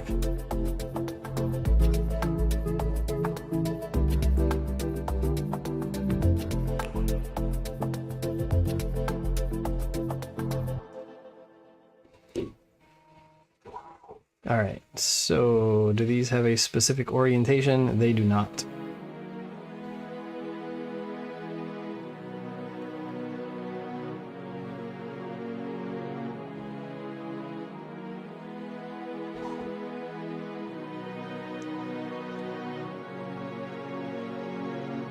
All right, let's see how this works. So this bit clicks into here. So this folds out. I don't know if you can see that, yeah. So it folds away from there, and then the beam saber can slot in this direction. Is that right?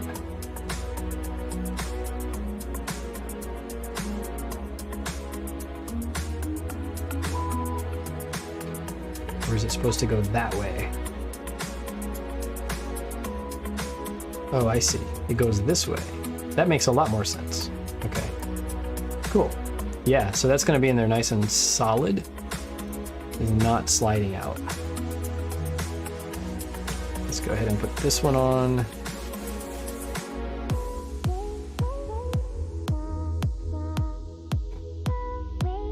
And they even, like, behind where this folds out, they molded in a bunch of little mechanical detail that you can sort of see just barely when you open this thing up. So lots of attention to detail on the design of the surface area of the parts for these kits, or for this kit. This should probably go the other way. Yeah. turn it around.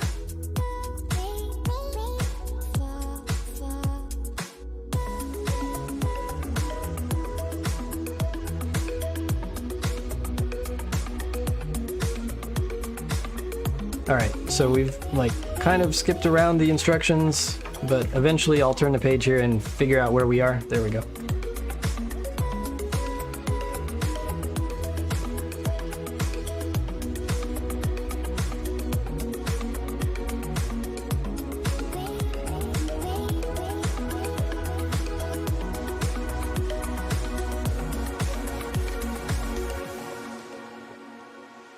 So this goes this way. Yeah, these pegs are keyed like a lot of the things in this kit, so there's a little bump there that you have to stick it on this way and then rotate it down into position so that it won't pull off, which is great.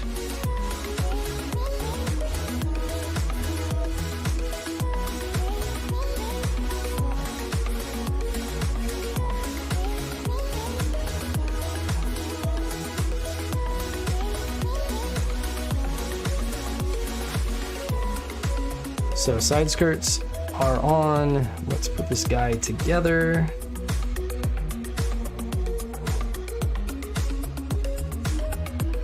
Yeah, that's nice.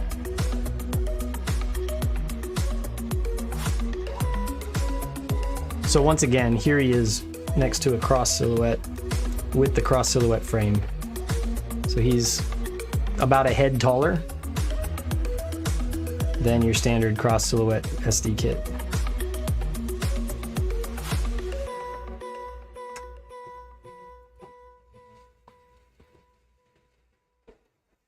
And definitely a lot more detailed. That is for sure. All right, what time is it? We're like an hour and 40 minutes into the stream. I really want to build the backpack. The beam rifle and the shield are quite simple. Like, I want to finish it, however, I don't know if there's time.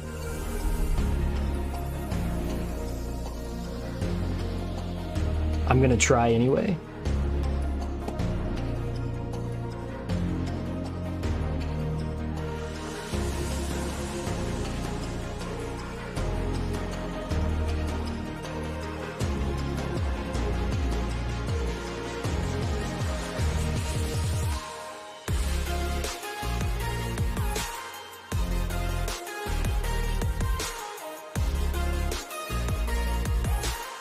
I just realized I haven't looked over my shoulder to see that the 3D printer is still printing correctly back there. It looks like it is.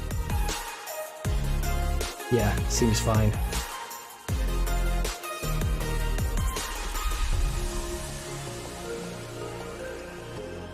Nothing like starting a 3D print and then that's going to take many hours and then looking back at it and realizing that the first few layers didn't work and it's been continuing, but this one's fine, so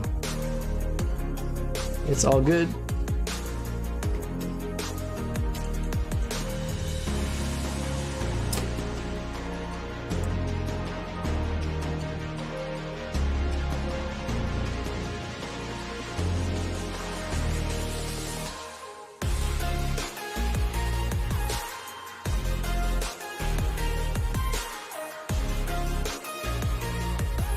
Yeah, I should get more parts while I'm here on this runner. Because I'm gonna need them soon.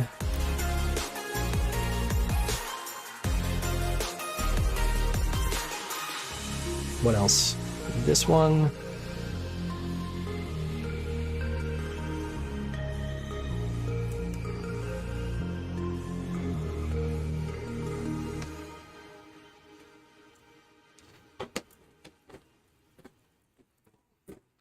That's good. We'll grab this round piece off of this other G runner.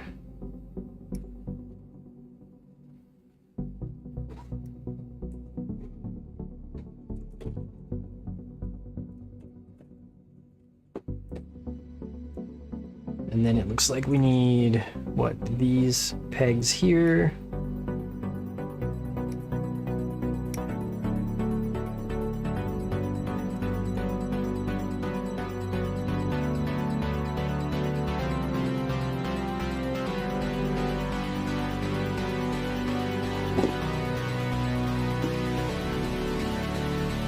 And one more thing off of the E-runner that I should have gotten earlier, but I did not notice that I needed, is this little vent right here.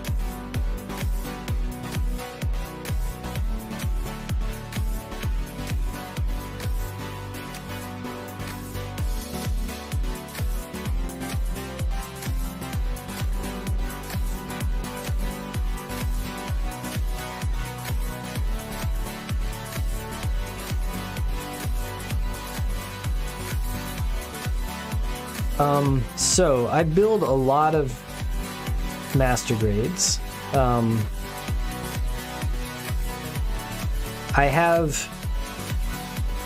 mentioned it a little while ago, I have one that I would like Bandai to make, like one mobile suit that I would like them to make a master grade version of that they have never made yet, and that is the Atlas Gundam. Maybe someday. But as far as kits that have already been made that I would like to get that I don't have, let me think about that for a minute.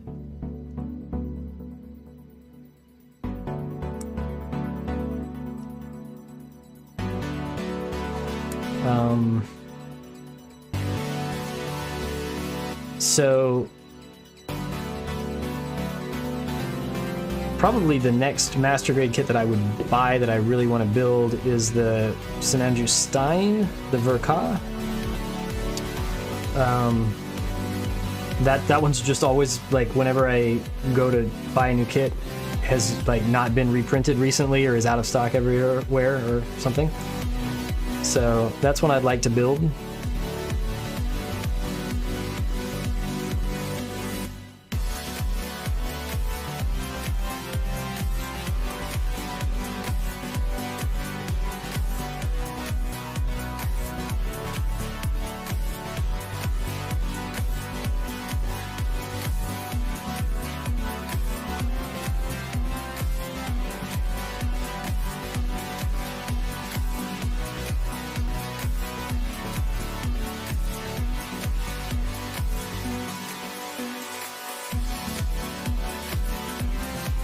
You already said Seed and Seed Destiny are your favorites, so is there any specific kit that you've either built that you really liked or are looking forward to building?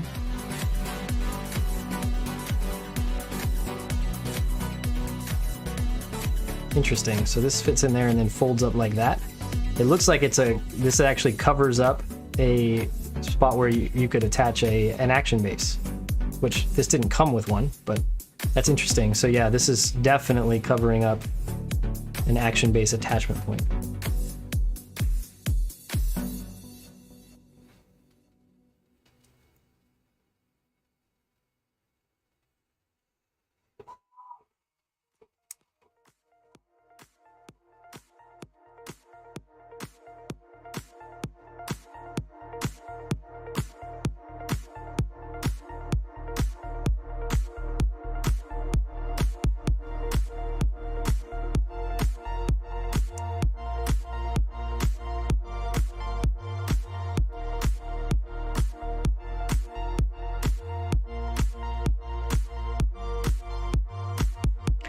Yeah, so 00 is my favorite Gundam anime series.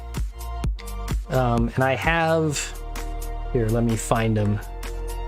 I'll show you at least photos, because I don't have them here in the studio with me. They're in the display case in the house, but I built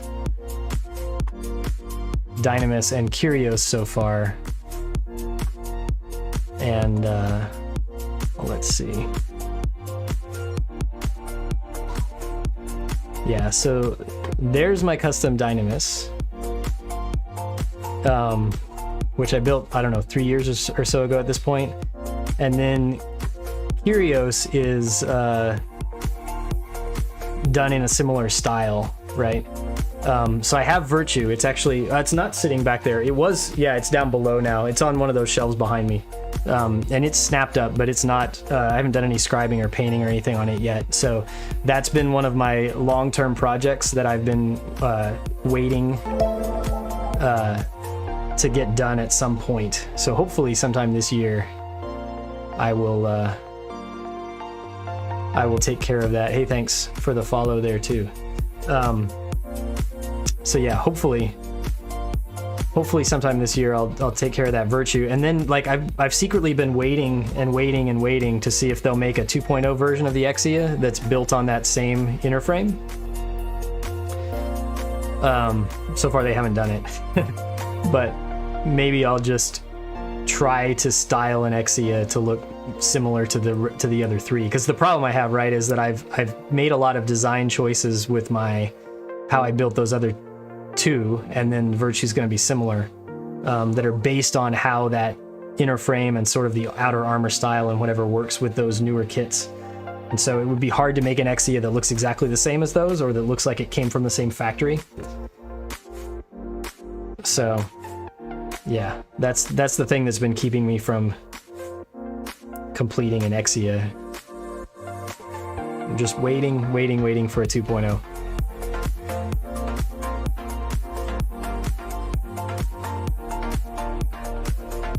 Yeah, I have built an Exia, right? One of the older ones. I just didn't detail and paint it, and I thought it was fine. It seemed a little bit old, but it wasn't as bad as I had heard from other people as well.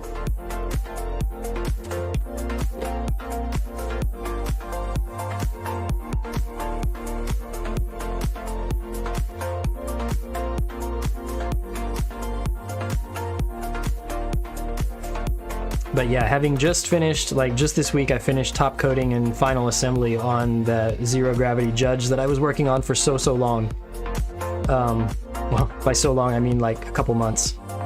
So with that big project out of the way, I think Virtue is going to be my next big project to work on. And I'm looking forward to it.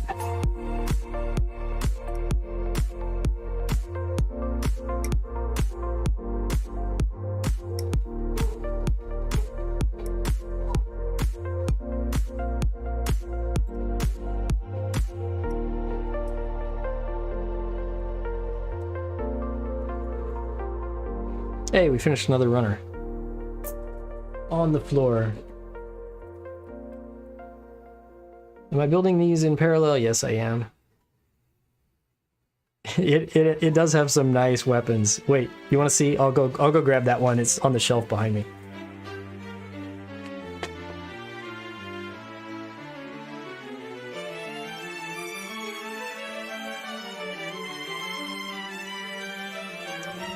So here it is. It's extremely shiny because of the pearl paint finish that I ended up using.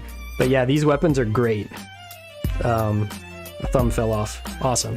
That's no problem. I will fix it later. Yeah, these weapons are good. And the handles are metal, right? But then the rest was plastic that I painted. Yeah, I'm super happy with how this one turned out. So there we go. The only thing is, I still have to paint so it came with a nice action-based type stand.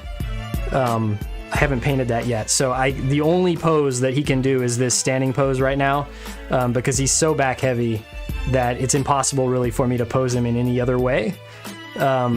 So yeah, as soon as I finish painting the base, which I'm gonna try to do this weekend, then I'll be able to get him up on, off of his feet and do some better dynamic poses and take some more photos. So yeah. All right, now I have nowhere to put this.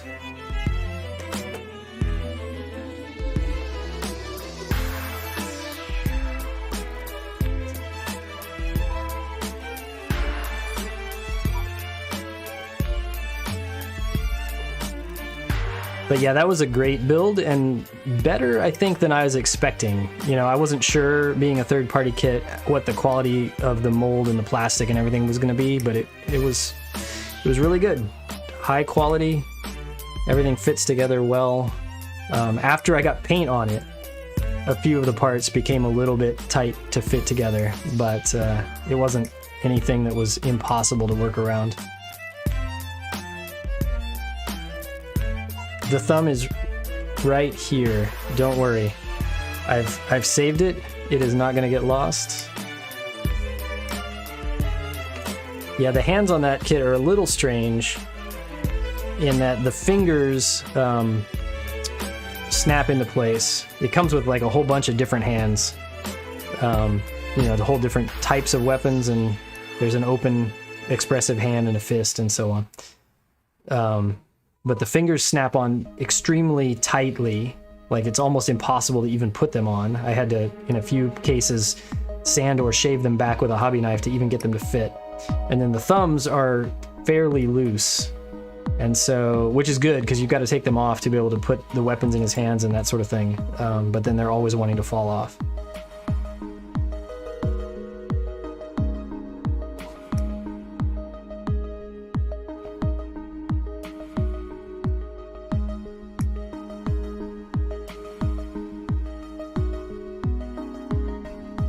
I think probably when you're designing a model kit of this type, right, the hands are probably the hardest thing to get right.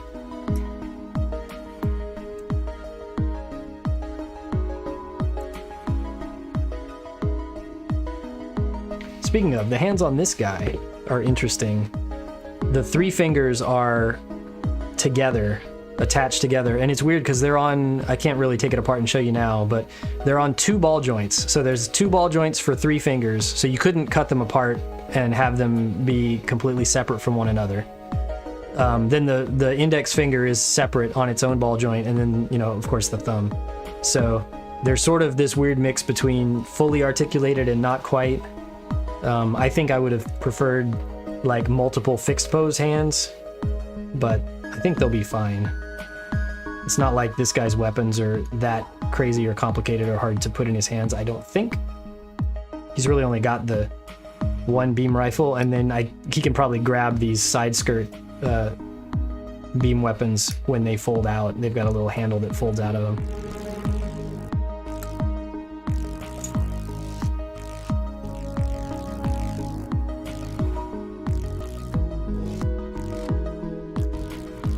Yeah, I think that's what I like.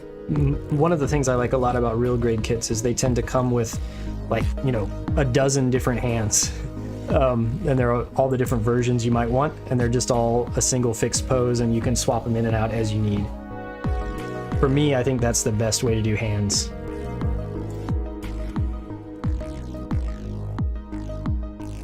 All right, so I've got a bunch of parts here that I've been just trimming as we talk, and I don't even know what I still have to get.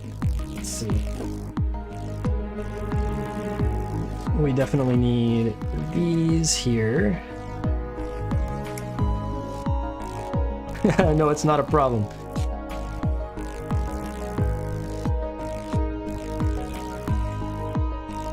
I should just cut every part off of runners. Whatever's left in the box, I should just cut it because we're going to need them, right?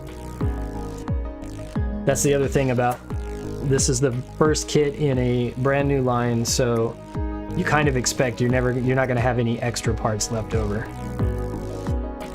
These runners were designed specifically for this kit.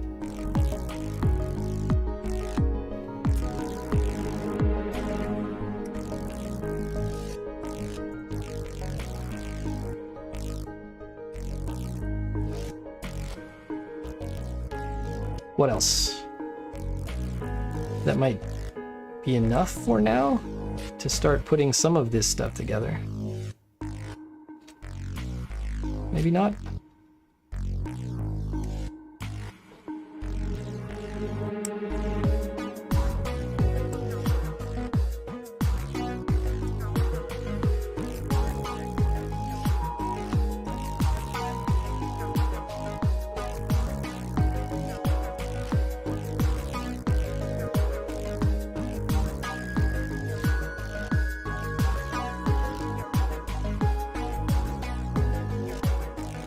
Yeah, I wasn't sure about this one either. I've built other SD kits and I haven't really enjoyed them that much. I built one and gave it away. I built this one here that's been sitting on the shelf watching this build. It was fine, but like the color separation and stuff I had to add right with paint. It was even some of like the inner frame bits were the wrong color if you just built it straight out of the box. So yeah, this one definitely, as far as color separation, number of parts, all of that stuff is very good.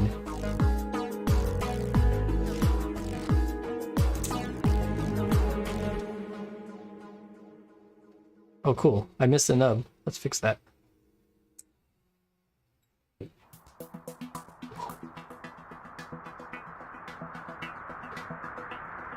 I'm almost certainly missing some black and red parts that have to go right here.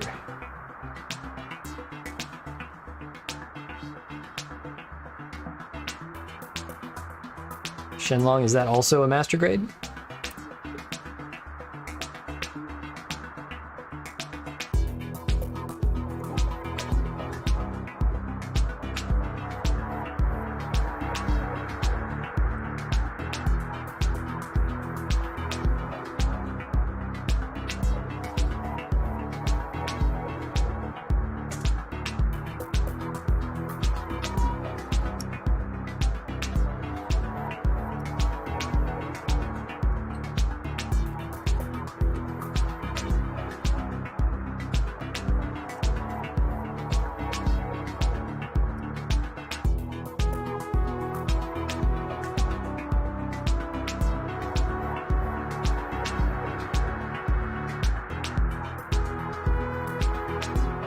I don't think I've ever... I'm trying to think. I've built some of the master grade wing kits for sure. But there's only one that I've ever completed as far as getting it like totally painted and everything. It is one of my favorite builds ever, I think. But I don't have it anymore because I've given it away. It's this Wing Gundam. Is there a bigger version of that picture? That's my favorite thing, one of my favorite things I've ever made, I think.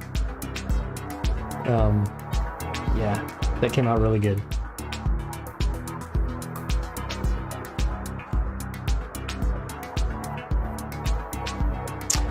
That's the Verka. The Wing Zero Verka.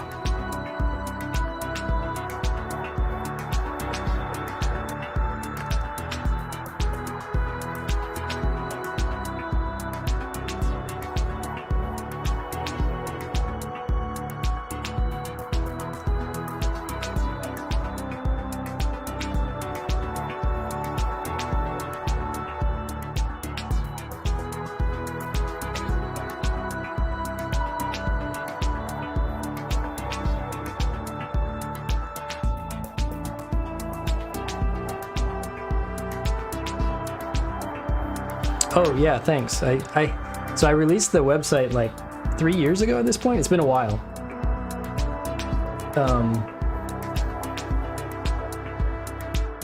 Because, you know, in my real life, I'm a web developer. And so I thought maybe I should do that, but I have not done a lot of work on it since then. So it's been kind of just going on doing its thing, which is fine. So yeah, you're welcome to post your builds there if you'd like.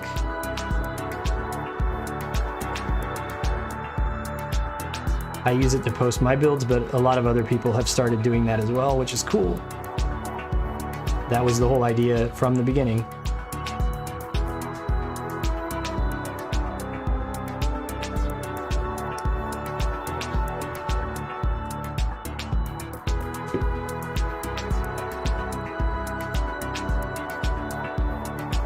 Alright, so now, finally, we have the color details we need on here. And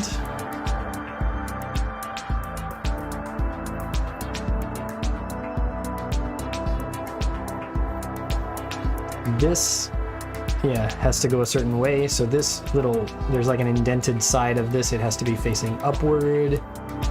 So we want to do that like that. Same with this one. They're doing a lot of these where there's like a little tab on the peg and then you put it on one way and then rotate it 180 degrees to lock it in place. That seems to be a common theme with this kit as far as how they've designed these parts.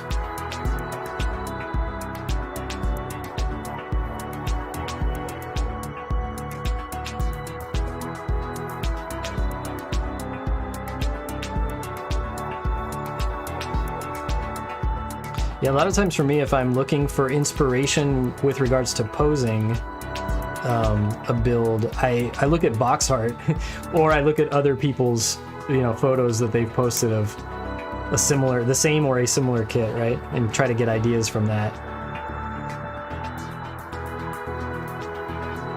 But yeah, box art is often a good way to get started with poses.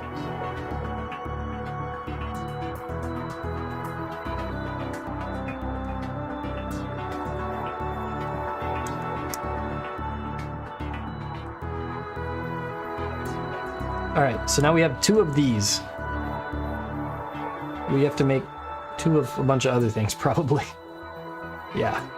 So these are like the wing bits. We're making 2 or 4 of these. I guess, yeah, 2 of each side. So, yeah, these 2 go on, and then 2 mirrored ones. So 4 total.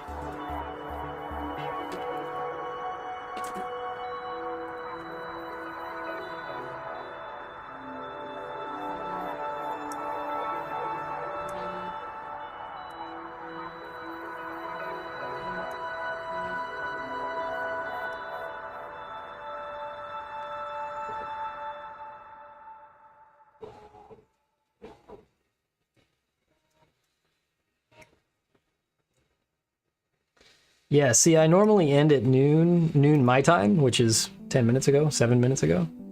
But like, also, I really want to just finish this build. So I'm not sure. I may hang out a bit and see. Although, just looking ahead, like, we're probably still half an hour at least from finishing, given the number of parts that are left on the runners.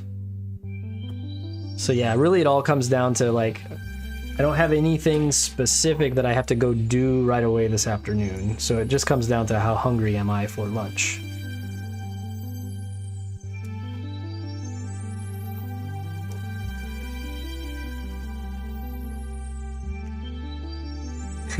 There you go. Hungry for Gunpla, hungry for lunch. Which is more important? I mean, lunch can wait, right?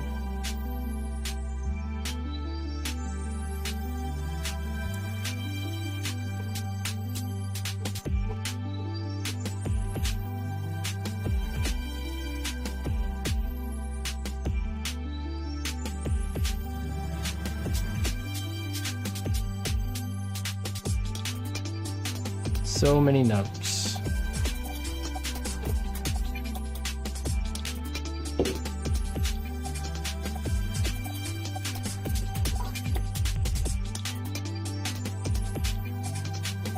What am I looking for on this runner?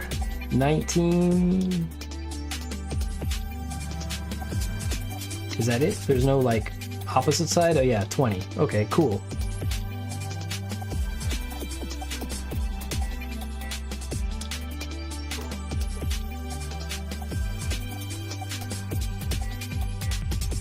Probably looking for these as well, right? Yeah.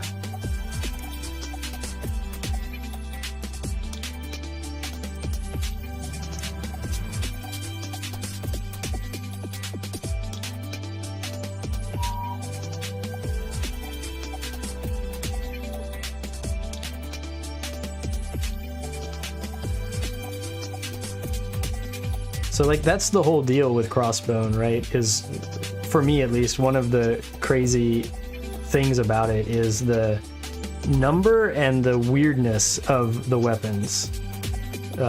They're all unique, for sure.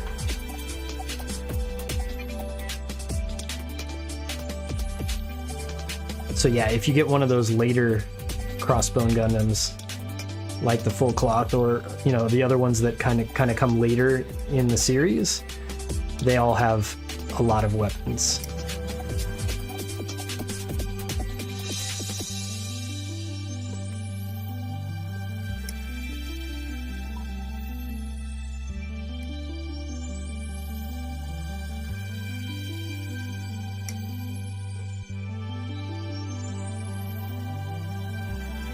And actually, if you find the manga for Crossbone, I think most of it's been translated to English by now. The mobile suit designs as well, especially as it goes further and further on in the series, become really strange too, for the enemies especially.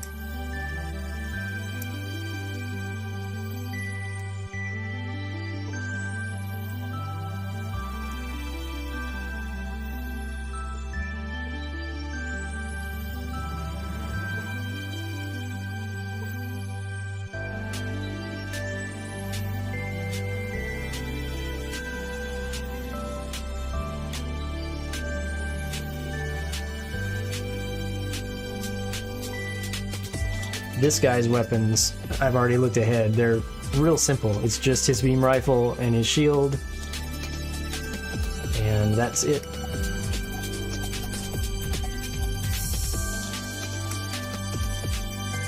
I mean, he's got the built-in things on his side skirts too, but we've already built those, so...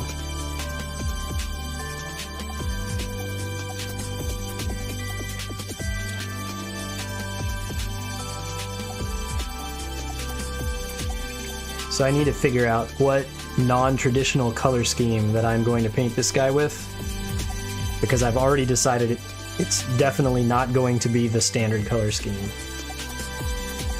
But I don't have yet a real good idea of what I'm going to do instead.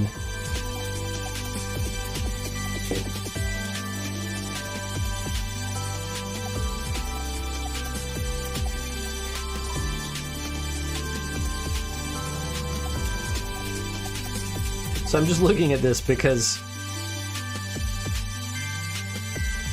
these were numbered differently on the runner, 4 and 5, but they're really the same on both sides. So it probably doesn't matter because I've obviously mixed them up at this point. Although I guess there's like a little bit of, you can see the little circular marks from the mold on one side and not the other.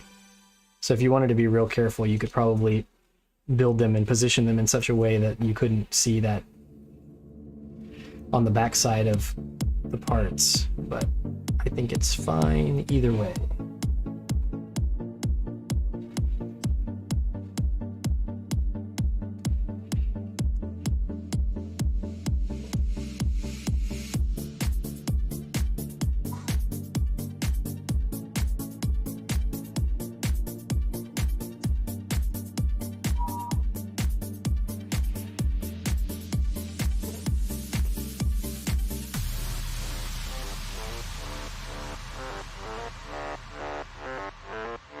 Oh, look at this. I see it. That's nice. The red shield is a nice touch.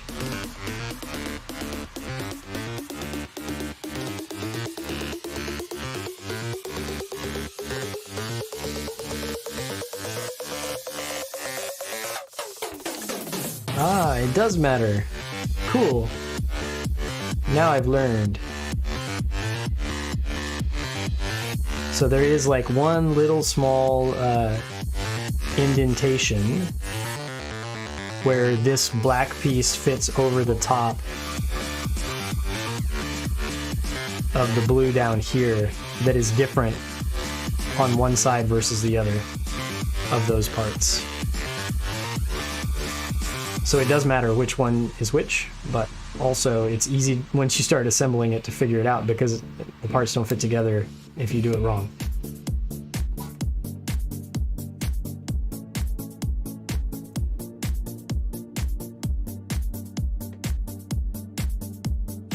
So this one goes with this one, right? Right.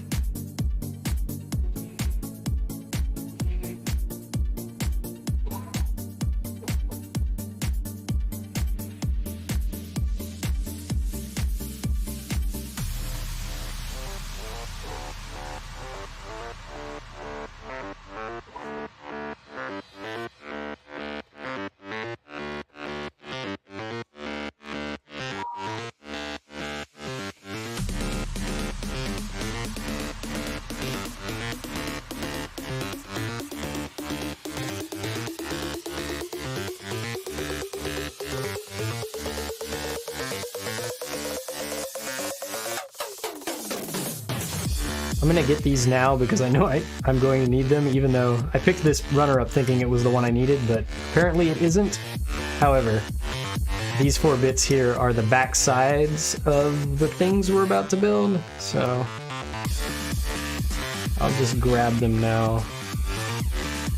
So every gloss finish that I've ever painted has been a pain, which is why I tend to do matte top coats. I also prefer that look anyway, but yeah, it seems like it's a lot easier to get a nice looking matte finish as compared to a nice looking gloss finish.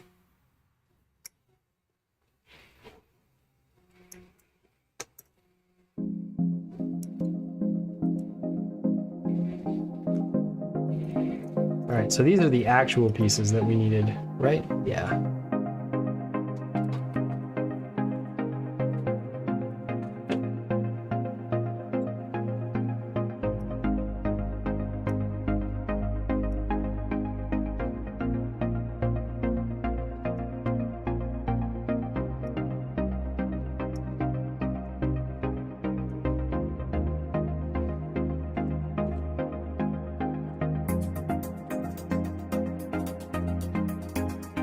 Alright, so now we get to the only part of this kit that I might not like. I think I don't like, and that is these 4 pieces right here. So they're a very, like, glossy, sparkly, translucent blue, which is the same as what was used for the head camera, and it makes sense there, but these, like, go into these they're sort of inserts in these wings, and I'm not sure that I like the idea of this, and we'll see how they turn out once we get them in place.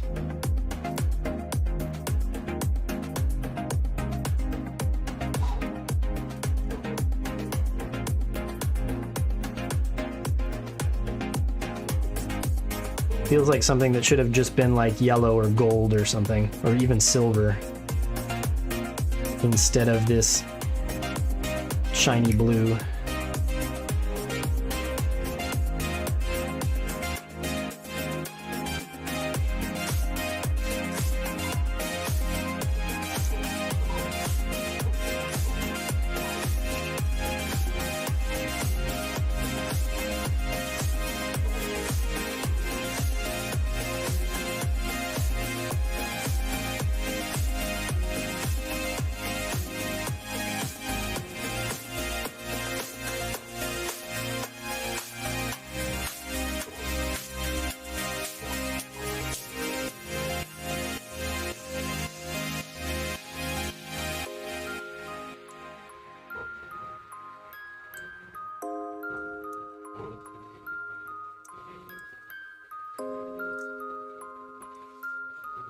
I was just checking the 3D printer is still running, still looks correct from here at least. Hopefully it's not making so much noise that it's annoying for you guys. I don't think the mic picks it up very much, if at all, especially with the music going in the background.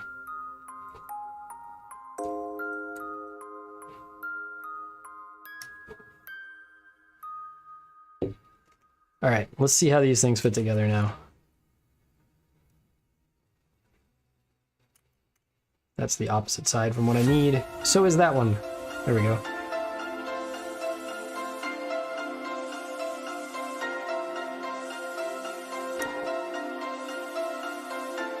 So it shows up right through there. There's like some vent things.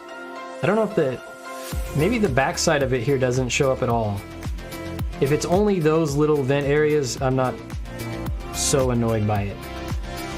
I thought a lot more of the piece was going to be showing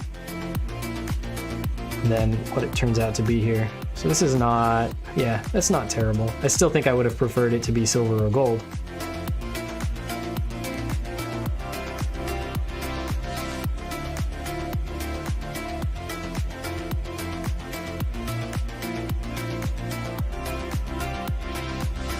Or even just yellow, like the V-fin. I don't know. Alright, what do we do with these? Anything yet? Nothing? We're just like making all these sub-assemblies and setting them off to the side, I guess?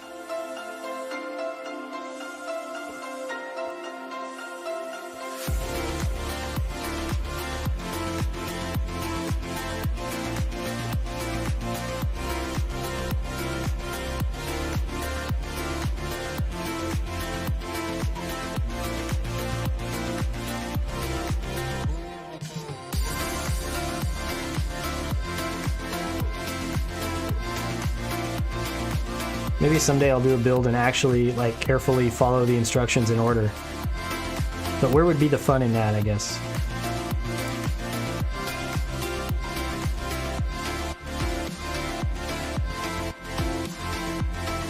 Oh look, more sub-assemblies to make. Okay.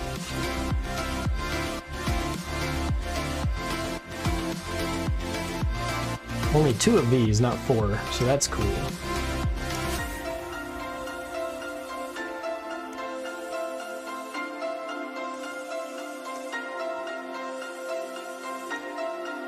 Should I just get all of these parts right now? Probably. Definitely this one.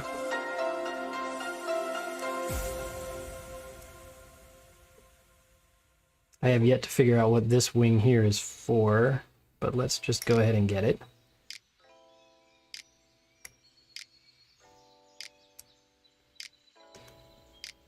What else? We have this little small, like, attachment piece. I don't know what it is, but let's get it.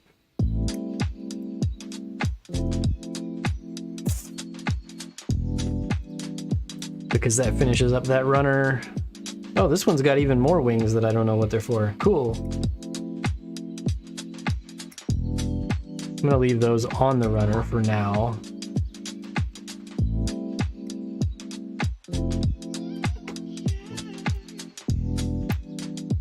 But I will get this one.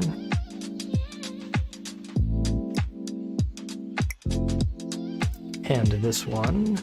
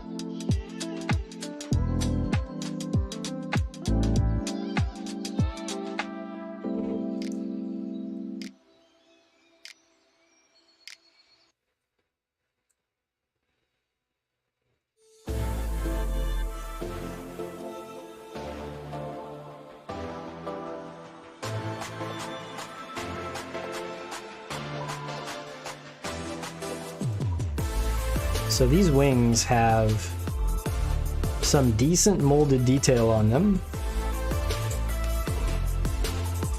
Let's see if I can... The problem is that it's blue plastic, so it's a bit hard to catch it in the light so you can see it, but that's not terrible. However, it's not very deep. Like the vertical distance between like the higher bits and the lower bits is not much at all. So part of me wants to do a bunch of additional scribed detail and separation on these wing parts and then mask them a lot while painting. So we'll see if I end up doing that or not eventually. I think I probably will.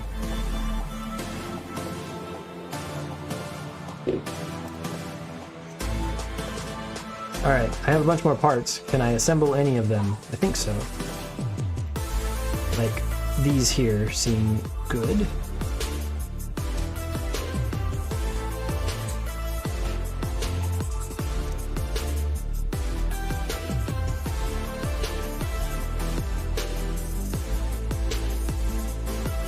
Cool. There's a seam line here that's nicely disguised as some sort of panel detail, so that's great.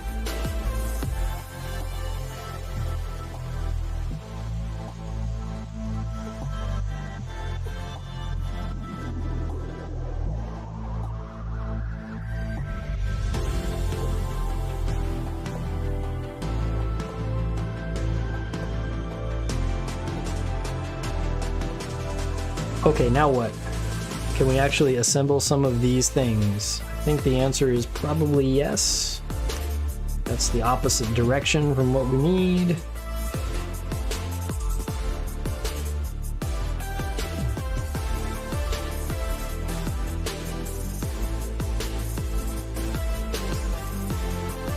Right, so you go there, and then this goes over here. No, that's backwards. Let's try this one. That seems better.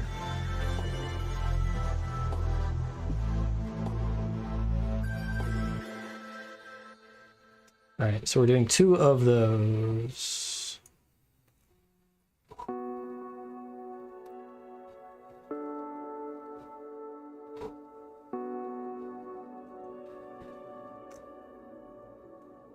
This way.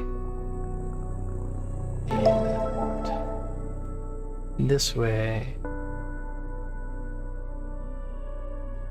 Hey, welcome, Exemplar and friends.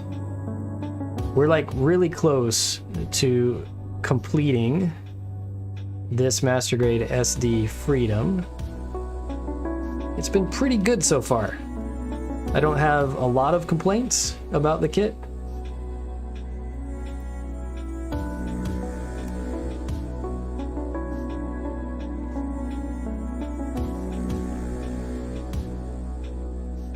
Hope you guys are having a good day.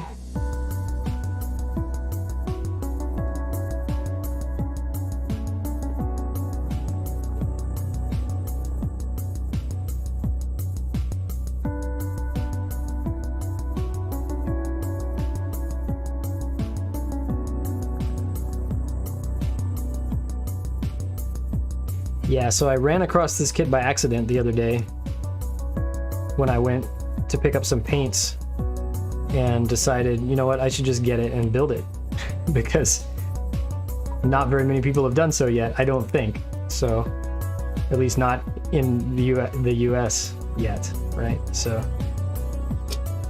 yeah, it feels like building a real grade, except that it's an SD, if that makes sense.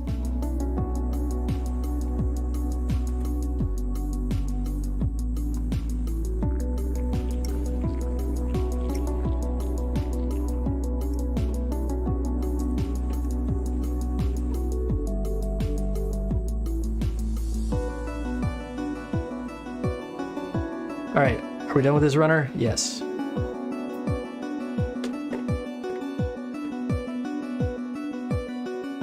The pile of runners in the box is getting quite small at this point. There's like 4 left and they only have like 1 or 2 pieces each at this moment.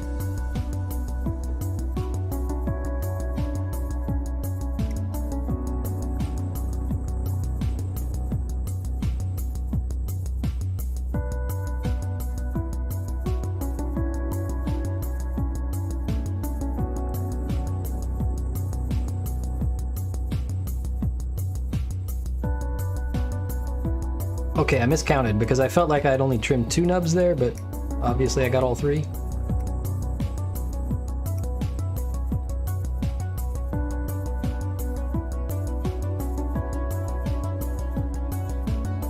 It's like, for me, really close or past at this point, time to eat lunch, so I am hungry and a bit tired, but I want to finish this build before I stop today's stream, so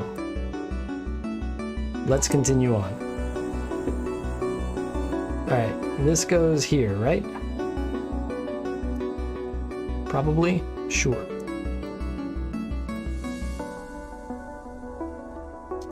Yeah, that seems right.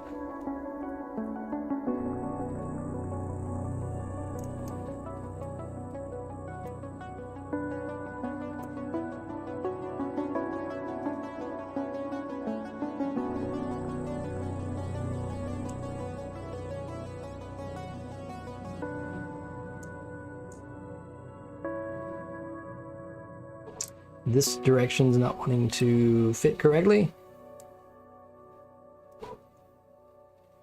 Probably my fault. Definitely my fault.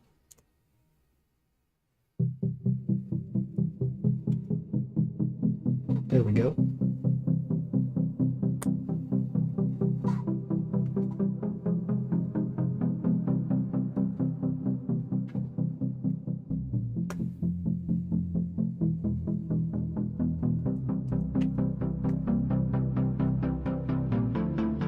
All right, we have 4 of these wings. Now what? This one attaches here.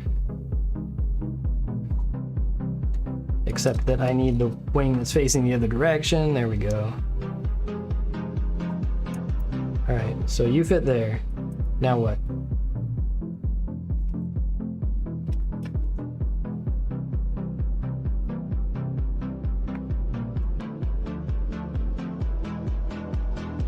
We pivot this one down and around, and then something else fits here.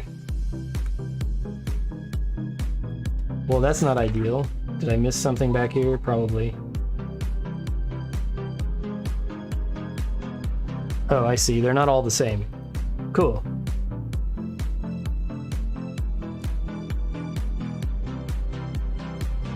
Have a good lunch.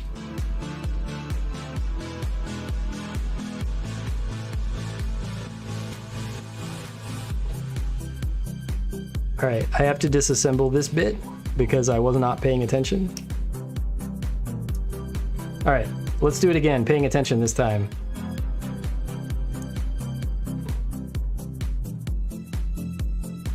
Yeah, that seems better.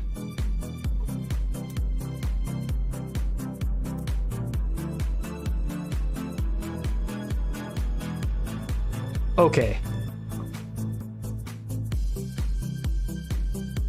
Now we're good. This has a place to go. And then what? Something else, one of these. Like so, and then we pivot it down like this.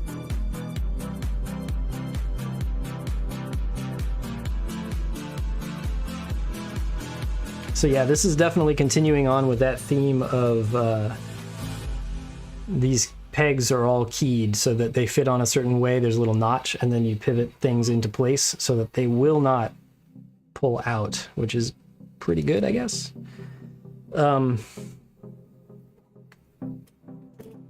This one probably matters, the orientation that we choose as well. So this goes here.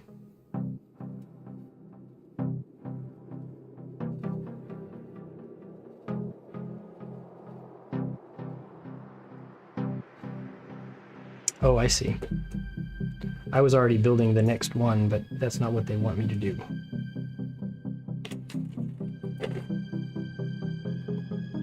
They want me to do this first.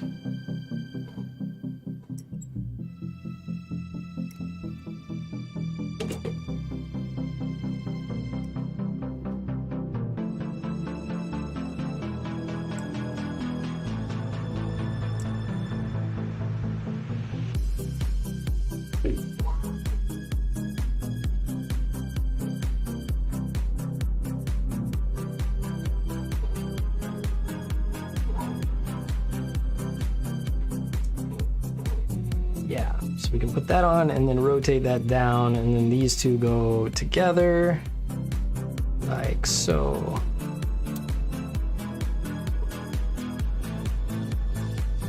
Right, so there's one of the wing units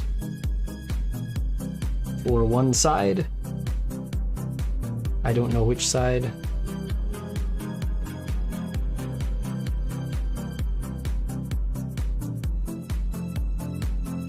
Looks like they want it to be this side. I'm not sure that matters, but just in case,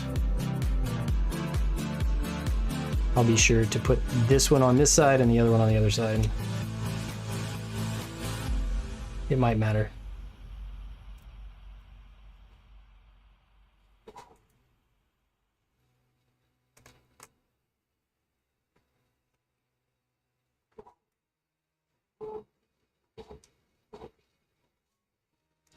This way, right? Yeah.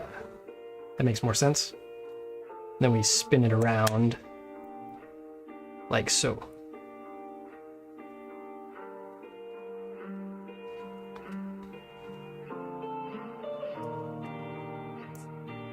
Then that one spins down into there.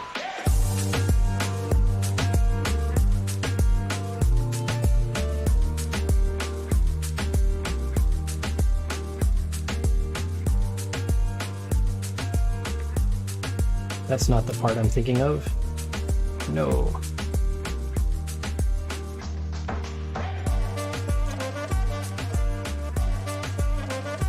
Someday I'll, like, you know, actually pay attention to the instructions.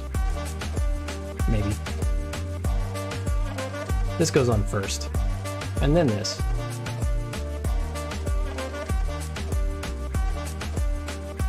There we go. All right.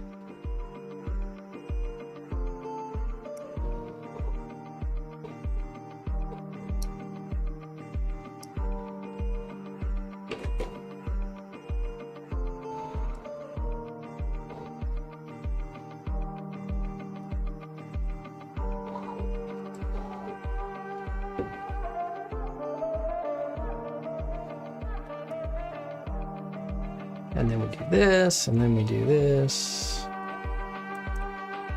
Let's spin it down into place. I guess we can spin it around that way. Cool. This one goes here. And I think that I never did cut out the other tiny blue piece that goes down at the bottom of that. Yeah, it's still over here on the runner.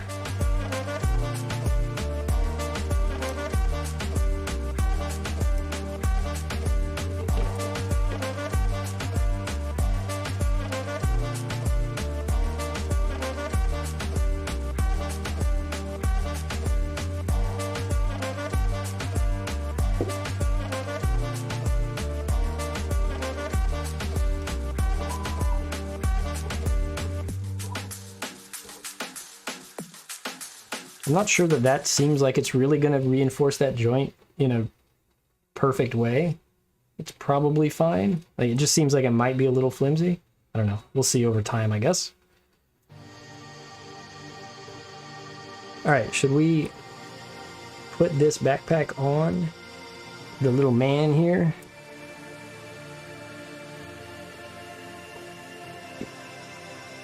I guess we should move those out of the way first.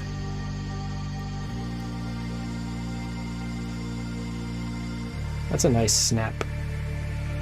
Solid fit. All right, so yeah, I like this guy.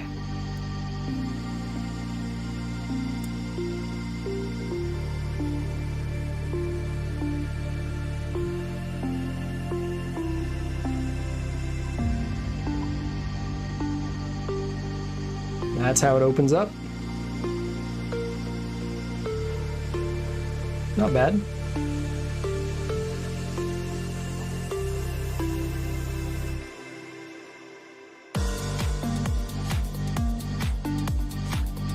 I don't think I'm gonna build the weapons on today's stream because I am getting hungry for lunch, and especially since we were talking about lunch a little while ago, that has you know, made it worse. So I'll give you one more size comparison with our little SD cross silhouette friend here, so that you can see the two of them side by side. It is quite a bit taller. Yeah, I like the proportions better. I'm still not a huge fan of SD proportions in general, but I do like them better on this master grade SD as compared to any other SD ever, probably.